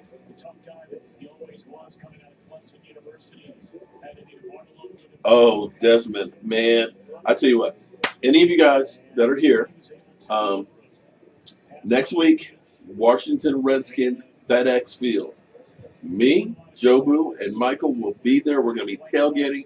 I believe we're going to be in Platinum Parking Lot A. That's the covered parking lot that's over there. We're going to be tailgating. We are going to be having a blast. We're going to be having some of the Jobu wings. We're going to be having some of the Bang Bang sliders. We're going to have pulled pork sliders, and we're going to have black and blue burgers. We're going to be eating. We're going to be having plenty of rum and refills, cigars, you name it. If you guys are interested in being there, be sure to go ahead and email me at cowboysmark94@gmail.com and let me know you're interested. If you want to help as far as cover some of the expenses and stuff, if you donate $10 to my Patreon account, which is Mark Holmes as well, you'll get a Jobu shot glass and plenty of refills. If you want to donate up to $25, you'll get a Jobu t-shirt. Or if you want to buy one while we're there, I'm going to bring some Jobu t-shirts with me, so I have some at the tailgate. But we're going to try and have a blast, talk some trash, eat some food, and hopefully watch the Washington Redskins lose to our Cowboys. All right, so we got 39 seconds left in the half. I would love to see them keep them to 3 points, but here's where we need to close out a game and just get this thing done and try and stay healthy. The only injuries we've had thus far is Dan Bailey, which is huge, has a hamstring problem. Sean Lee was limping earlier, but he just made that tackle and looks fine. So hopefully nobody else gets hurt in this game. We get this win, and we go home and get ready to play the Redskins. Jobu, are you signing autographs? If somebody really wants Jobu's autograph, we'll figure. Oh, sacks up. Another sack. fumble recovery. The Dallas Cowboys defense, all you guys that were talking about my black sheep can go suck it, okay? That's 2 strip fumbles. And it was, oh my, okay. That was Jalen Smith, okay? Jalen Smith came on a delayed blitz and got a strip sack fumble. Oh my God. That's when you know things are going good. Lord have mercy. Lord have mercy. That is 5 freaking sacks for our Dallas Cowboys. Everybody's getting some. The ball boy's got to be going out there next because he wants to get himself some too. Because it's a party at the quarterback. The Dallas Cowboys defense came to play today. Unbelievable. Now, I know, J. Watt, I know it's only the 49ers and the 49ers stink. But here's what I'm going to do. Because, see, I'm a numbers guy, man. I am a numbers guy. Okay? I like to put the numbers together and try and prove my point. And you can try and prove your point however you want, because I know San Francisco stinks. San Francisco is not a good team. They haven't won a game all season. But when they played the Chiefs, they lost to them 27-17. Okay, Chiefs are a good team. But they hung with them. They were within 10 points of them. They played the Broncos who literally kicked our ass. And they got their ass kicked by the Broncos, 33-14. But then, oh, sorry, that's preseason. Forgive me. Maybe I don't need any more info. Let me go back again. The Seattle Seahawks. They lost to Seattle, who's a good team, 9-12. They held Seattle to 12 points. Then they played the Rams, a team that beat the crap out of us. They scored 39 points against the Rams and lost 41-39. Damn. So a crappy team that scored 39 points and a loss. They played the Cardinals, and they lost in overtime 18-15. Now, I'm not going to say the Cardinals are a good team, but they're not the worst team in the NFL. They played the Colts, and they lost to the Colts 26-23. And they should have won against the Washington Redskins last week, 26-24. So the interesting thing that you see here in all of these games that they played, nobody else has blown them out. All of their games have been close, except the Dallas Cowboys have put 30 more points on the board more than the 49ers. Huh. Interesting. So, ball's in your court. Zeke Elliott, another 5 yards.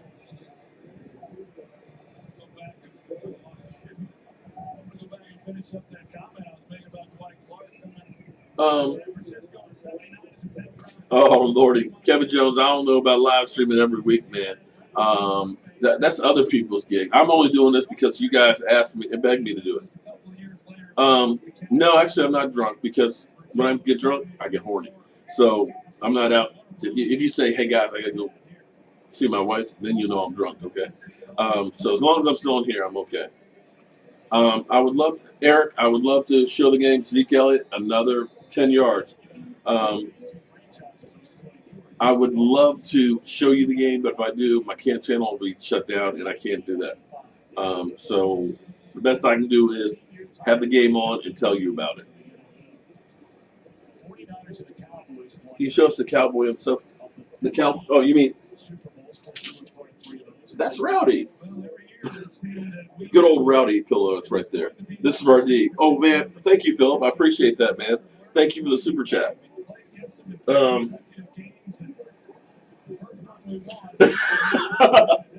Believe me, I haven't had enough yet to get to that point, guys. Right now, I'm just happy that our Cowboys are kicking butt, and that's where it's been. But AJ, you can see that the difference between having Sean Lee and Hitchens out there together is night and day different from what we had before. That the team feeds on it. You got to understand that Sean Lee is the guy who is one of the most intelligent football players that you have up there. He's literally can pick out what's coming and things like that, and gets guys in the right position to win. So that's what you got to understand that you miss when you don't have a Sean Lee. It's literally like not having your quarterback that's out there. So here we are, the Cowboys, 1st and 10 on the 12-yard line. Zeke Elliott with the ball, dancing around, maneuvering, picks up another 5-yard. Zeke is having a monster game, guys. It has been unbelievable what we've gotten from him. Literally 24 carries, 143 yards, 2 touchdowns rushing, and a pass, a 70-yard screen pass touchdown. Unbelievable day for Zeke Elliott. And if he's ever gets suspended, we will miss him if this is Zeke Elliott that we've got on a regular. Unbelievable. Where was I born? I grew up in Virginia, and I was born at Freeman Hospital in Washington, D.C. Zeke Elliott, first down on the 4-yard line. Mark Simpson, you're still here. How you doing tonight, Mark? Kevin, he looks completely different. I still think that best thing was that they basically said, you're suspended, and it woke him the heck up because I think reality finally set in and said, you know what, I got to do something. I got to make sure when I get out there I do something. How can we? Oh man, playoff. Listen, you win this game, you're right in the thick of things. Ah! Terrence Williams couldn't bring it in the corner of the end zone. A little bit high on the pass, and of course, it hit Terrence Williams on the hands, and that's always a bad thing.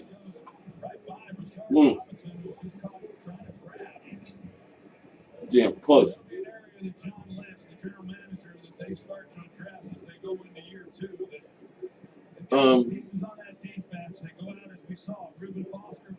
I agree with you. Just run the damn ball. 2nd and goal from the 4-yard line. They haven't been able to stop the run all day. I don't know why we're passing it.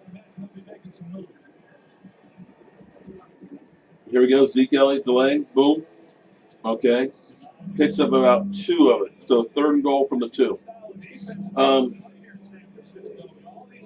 Oh, Lordy. Shallow Hal. Come. Shallow. Shallow Hal. Please, man. Can you just let it go with Tony Romo? Please, man. You know I love you, dude. But come on. It's done. He's not coming back, man. He's not. Let it go. All right. 3rd and goal from the 2.5-yard line. Dak's in the shotgun. Albert Morris is back there. Dez Bryant. Touchdown. Uh-oh. Looks like everybody's getting some today. Everybody's getting some today. Okay. 39 points. Let's see if we go for 2 since we don't have a kicker right now. Yep. That's a catch. Both feet down. Throwing up the X. Throwing up the X. That's my quarterback. That's my teammate. That's Dak Prescott. Oh, Shallow Hal? I know. Tony Romo would have made that. Shallow. I know Tony would have made it. But Dak made it, okay? So, let me double check here for those who are trying to keep track. Dak Prescott has had 3 touchdown passes each of the last 3 games. And had a rushing touchdown today as well. Anybody who says that my quarterback is not a baller can go pound sand, because I'm telling you guys, you are witnessing something special. Remember, guys, think about this. This is only his 22nd professional game. 22. 9 touchdown passes in the last 3 games. And people want to say that he's having a sophomore slump. Well, I tell you what, if this is a sophomore slump, I can't wait to see my man next year when he comes out of that slump. Because my man is balling, guys. He is totally balling. Unfreaking real. The Dallas Cowboys finally put a game together completely. The offense, the defense, the special teams. We got turnovers. We got sacks. We got everything that you'd want. We even got some freaking coaching. And if that team shows up, there is nobody in the NFL that they can't beat. I know people will still say it's just the 49ers, but they did what you're supposed to do to a bad team. You did exactly what you're supposed to do to a bad team. So I'm ecstatic as could be. My team has 425 yards of offense and 40 points. Can't beat that. Defense has only given up 216 total yards. Can't beat that. So, anybody have anything they want to complain about? Anybody? Anybody? Jeff Heath has been a factor. Okay. Prescott is better than Wentz. Well, wow. We got comments flying. I can't read the comments. They're going through so fast. And it's not the rum, guys. Kimberly, I'm almost hoping that. Can we get a tie tomorrow night? Can we get a tie?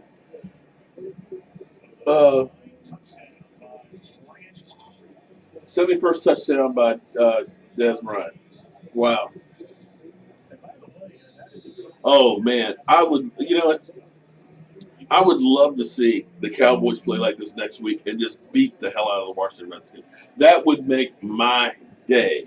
But the last 2 years, those games have come down to the wire. In fact, the Redskins should have won that last year because Kirk Cousins had the opportunity to go 2 scores up late in the fourth quarter, had his team down there in scoring position, and threw an interception. Dak Prescott led the team down the field. Alfred Morris goes in for the score, and the Cowboys win that game. The year before 2015, the Redskins, we couldn't do anything other than score a field goal. Had that game, had it been for D-Jax not running backwards on the punt return and fumbling on the 6-yard line where we got a field goal. Yeah, the defense is getting them every which way they can now. Had he not fumbled the ball and we kicked the field goal to win that game, we wouldn't have won that game as well. So those games are always tight with the Redskins. The last time we blew them out was when RG3 played against us 3 years ago and got the hell beat out of them. So it's never an easy game with the Washington Redskins, but I'm ecstatic as could be about this game. And yes, honey, I've been on here for 3 hours and Oh 2 my minutes. God! Did you do the whole thing? I am still on here live as can be, and my fans are happy. They said that I have to do this every week. How many folks are on? I'm on here, honey. That is my wonderful wife there that I was talking about earlier, and I'm going to have a few more drinks in, and I might go up and see her after the game is over. We still didn't use Des enough. I hate the offensive coordinator. But I tell you what, I am happy about at least the play calling in this game because we mixed it up. We threw a few curveballs. We did some things that we haven't been doing, and we need to do that. Jeremy, we'll see about that. Keep the mojo flowing. So that's the new mojo, was me live streaming the whole game. Guys, it's not easy to talk for this long straight. Believe it. Shut up, wife. Wait, hold up. Did we just get an interception? Oh.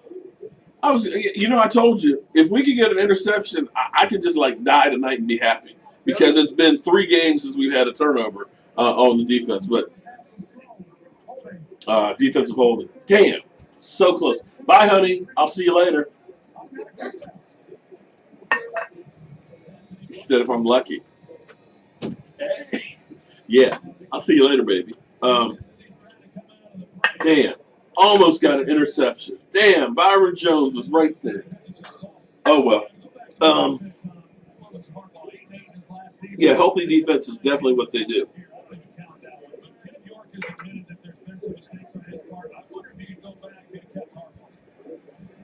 Damn, who was he throwing that one to?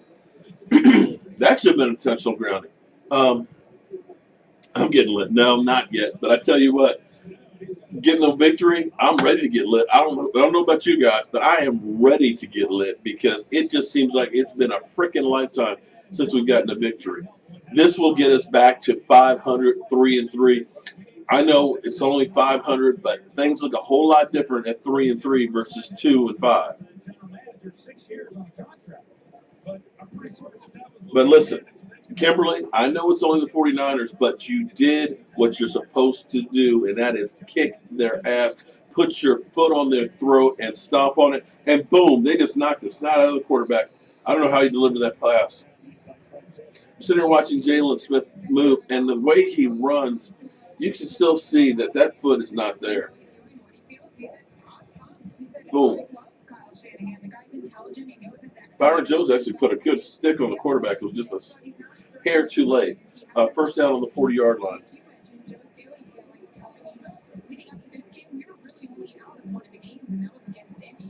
Oh, shit. Here we go.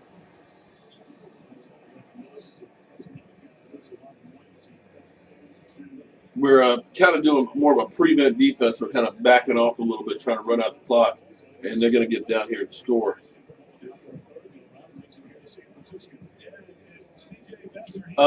He's got one of our. I think he has us with the Kansas City game. He's going to be calling, so we'll see Tony Romo calling the Cowboys in 2 weeks. That'll be interesting. Cowboys are dialing up the pressure on him.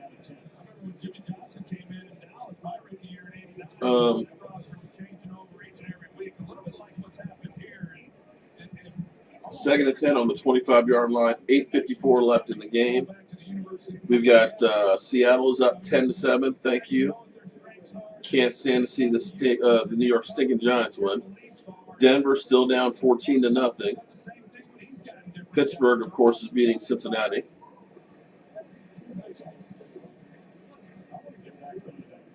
All right, second and 10 from the 25.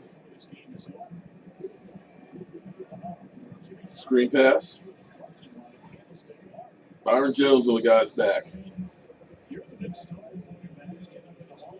All right, third down and 5 on our 20-yard line. Come on, defense.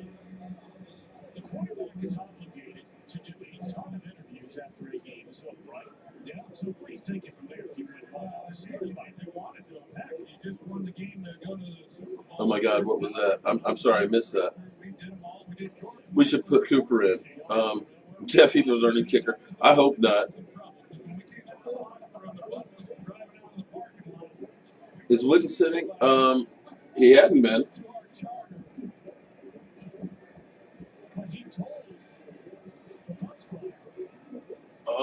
Did he get the first down? See what the mark is on this one, if he got the first down or not. But I'm sure they're going to go for it down 40-3. They got the first down.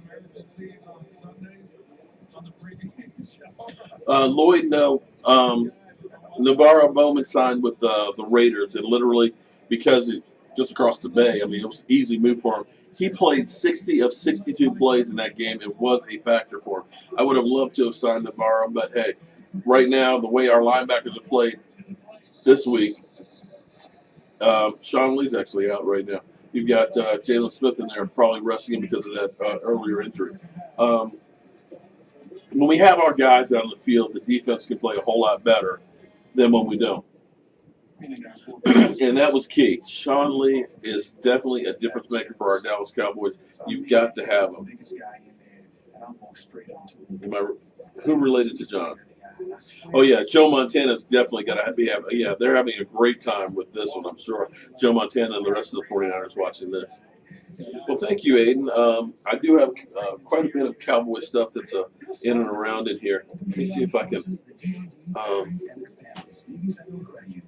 pan around a little bit. Let's see.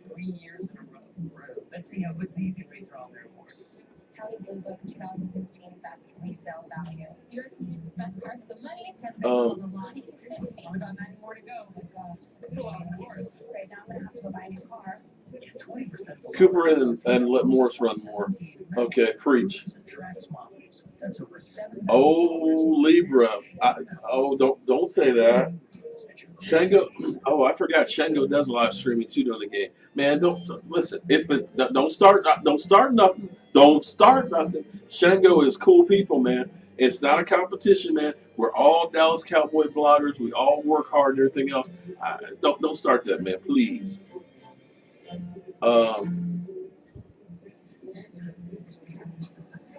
Randy G is done. Come on, man. I'm wearing shorts. It's warm down here, man. Besides, it's better for my knee, man. I got bad knees and stuff. I have pants on, okay? Come on, man. You think I'm walking around here in my underwear? Oh, Lordy.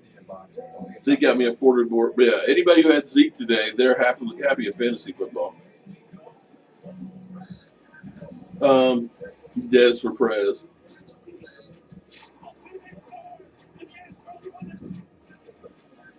Oh, come on, man. Don't start stuff. Man, see, why are y'all talking about that? Shango better not been throwing his wife's stuff, tablet against the wall. She'd kick his ass.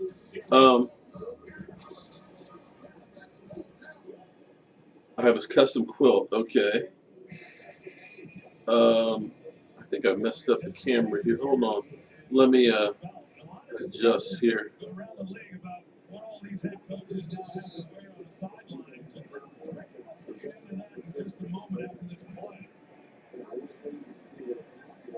All right.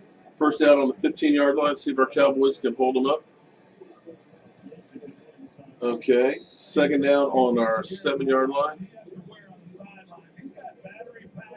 Okay. I'm trying to see if I can. It won't let me adjust it that much. Okay. Oh, that's not it either. I was trying to see if I can adjust the camera from here and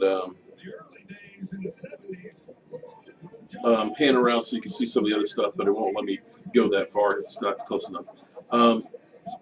Billy, how are you doing tonight, man? I haven't seen you in a while. Thank you very much for the super chat. I appreciate that. Oh, man, well, tell Shango I said what's up, too, man. Hey, I'm not trying to mess up Shango's game, man. Shango and I are cool people and everything. It was just some of you guys who were on here said that the game wasn't televised there, and I thought I would stay for a quarter, and next thing I know, what always happens whenever I'm talking to you guys, it just gets to be addictive, and I just keep on going and going. I get diarrhea in the mouth and can't stop. So, not trying to take or steal anybody else's thunder or anything like that. This has just been great because it's been so long since we've had a good old-fashioned fresh can of ass whipping that you want to talk and enjoy it the whole time. So that's why we've been here and we've been having a great time. Tony, I hope we play like this every stinking week. I hope we coach like this every single week where we've got guys in places to be able to succeed, keeping the defenses off balance. That guys are out there catching the ball and running the right routes. That guys are playing as a team. Sean Lee being healthy, getting turnovers. These are all things that we need to do collectively week in and week out.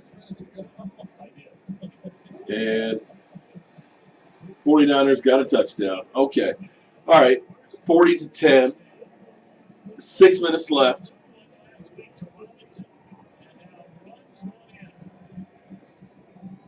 Oh, man. You know what? I love that idea, 2 trill for life. But there's no way it would ever happen because Stephen A. and Max would get killed if me and Shango got up against those guys. There's no way in the world they would ever accept that challenge because we would go into their house, kick their ass, and take their show from them. They know better than that, man. Stephen A. is hiding from me anyway. Is that Steve Young? Yeah, that's Steve Young out there. It was Dwight Clark's day or something rather there at San Francisco, so they had a lot of the 80s players and stuff there, and they basically watched their ass get handed to them. Hitchens been out there having a really good game, Golston. Cooper rush time. With Steve Young come out of retirement. That's funny. And no, this is not a Jason Garrett jersey. This is a Cowboy Jobu jersey. See? Cowboy Jobu. Not Jason Garrett. Believe me, that's the last thing you'll ever see in this man cave is anything of Jason Garrett's. Yeah, everybody clowns Stephen A. Smith, including Jamie Foxx. Oh yeah, Sleepy Dave. You're right. We would definitely kick their ass and fish right in at the bait. Oh man, that is so funny. Um, amen on Garrett. So why not give her the protection it deserves? I'm so sorry. Um, I'm just happy, guys. I am ecstatic. It will be so nice to be able to go back to work tomorrow, and after listening to this damn Green Bay Packer and Eagle fan that I have to deal with on Monday night, to be able to go through and at least pound my chest while the Eagles are worried about playing the stinking Redskins. Lloyd, I'm like you. I want to see Rico Gathers too. He won't be eligible to play until after week 8. But he's one of those guys that I think could stretch the field and could be really a difference maker and an X factor for this team.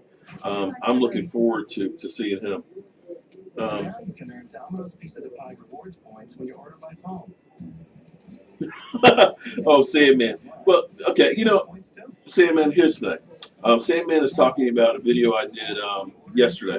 Um, my life is busy, and if you're new to the show, this isn't your typical Dallas Cowboy channel, okay? I'm a Dallas Cowboy diehard fan, and I'm constantly busy. I've got, my own business and work where I do work at the Smithsonian and things like that.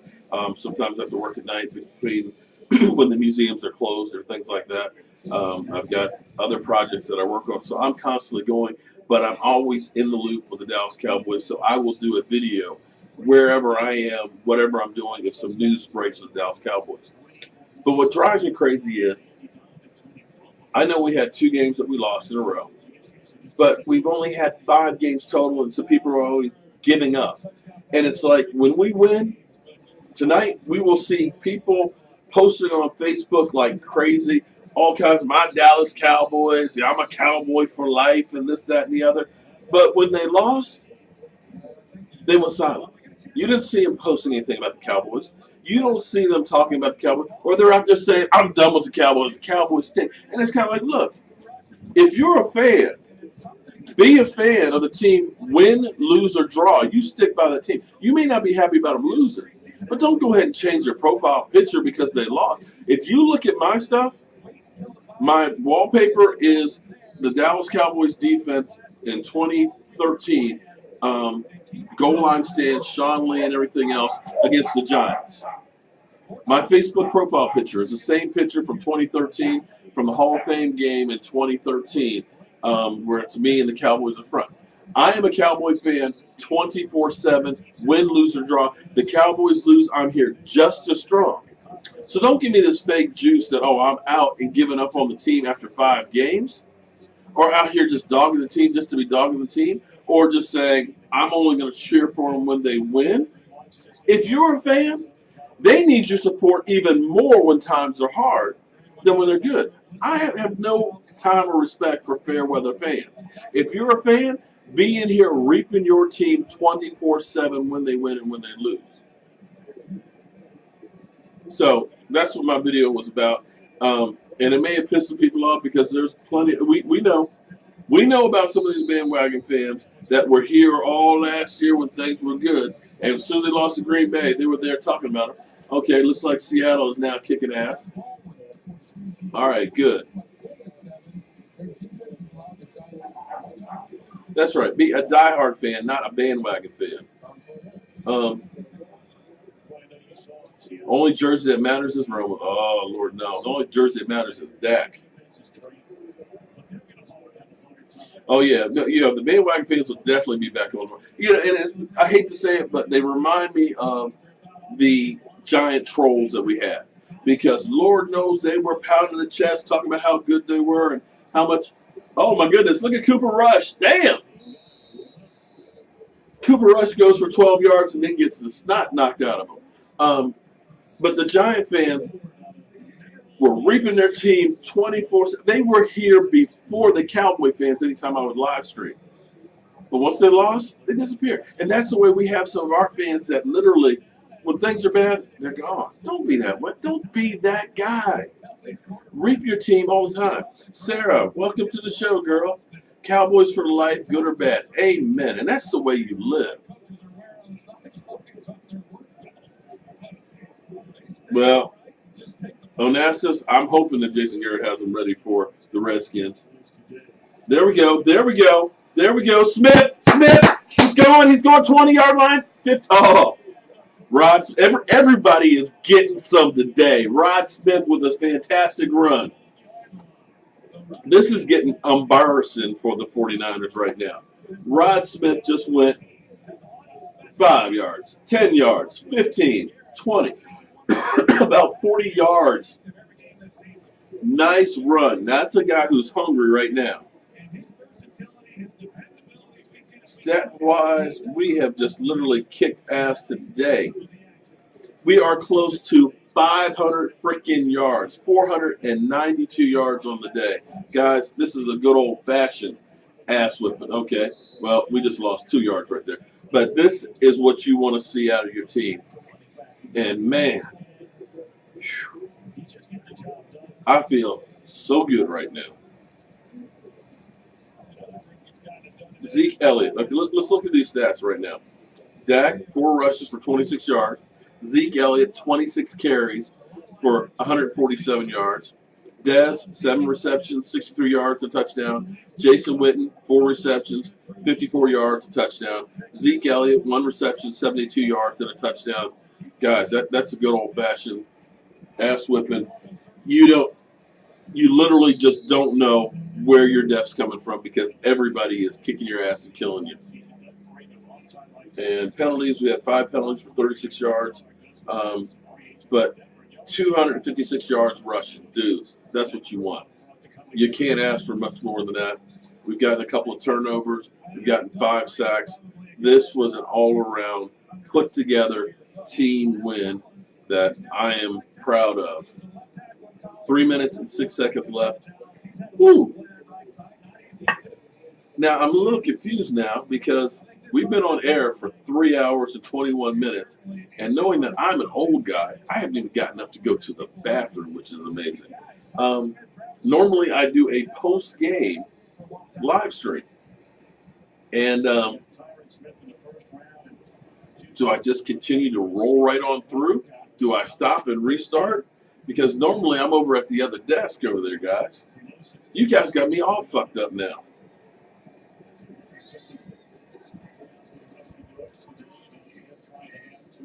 Okay, we're just trying to run out the clock now.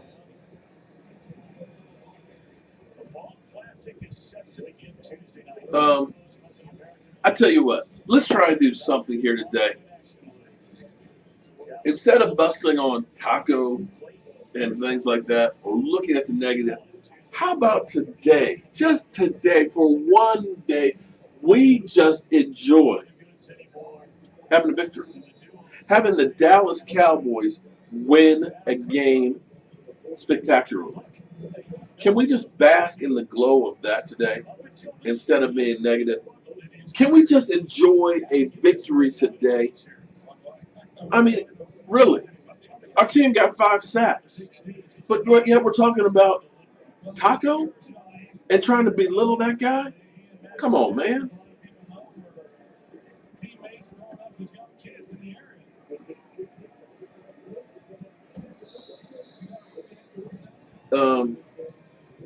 Damn, son. Okay, what the fuck was that? There you go. Thank you, Big Daddy. Thank you, man. You know, save negativity for when we lose, man. Let's be happy today. Well, Corey, thank you guys for watching. Like I said, this is the first time I've ever done a live stream like this. But I tell you what I'm going to do. I believe the score is safe. I think we're going to pull this one out. But I need to go ahead and reset up for my post-game live stream so that way I can get back at the desk. And because I am old, I got to go take a piss after all this damn rum and Coke, okay? So we're going to finish this off right here, but we will be back literally in like 5 minutes when I reset up over at the other desk. So, guys, thank you all for being part of the whole live stream. This has been a whole new experience for me and something I definitely enjoyed. I can't believe I have been talking for 3.5 freaking hours. But, guys, hats off to the Dallas Cowboys for having a complete victory for once, going through and doing what you're supposed to do to a poor team. So, as always, friends, I'm Mark Holmes. This is Cowboy Jobu. Don't worry, I will be back in like 5 minutes when the game is over, reset at my desk. So I will see you guys in a couple of minutes.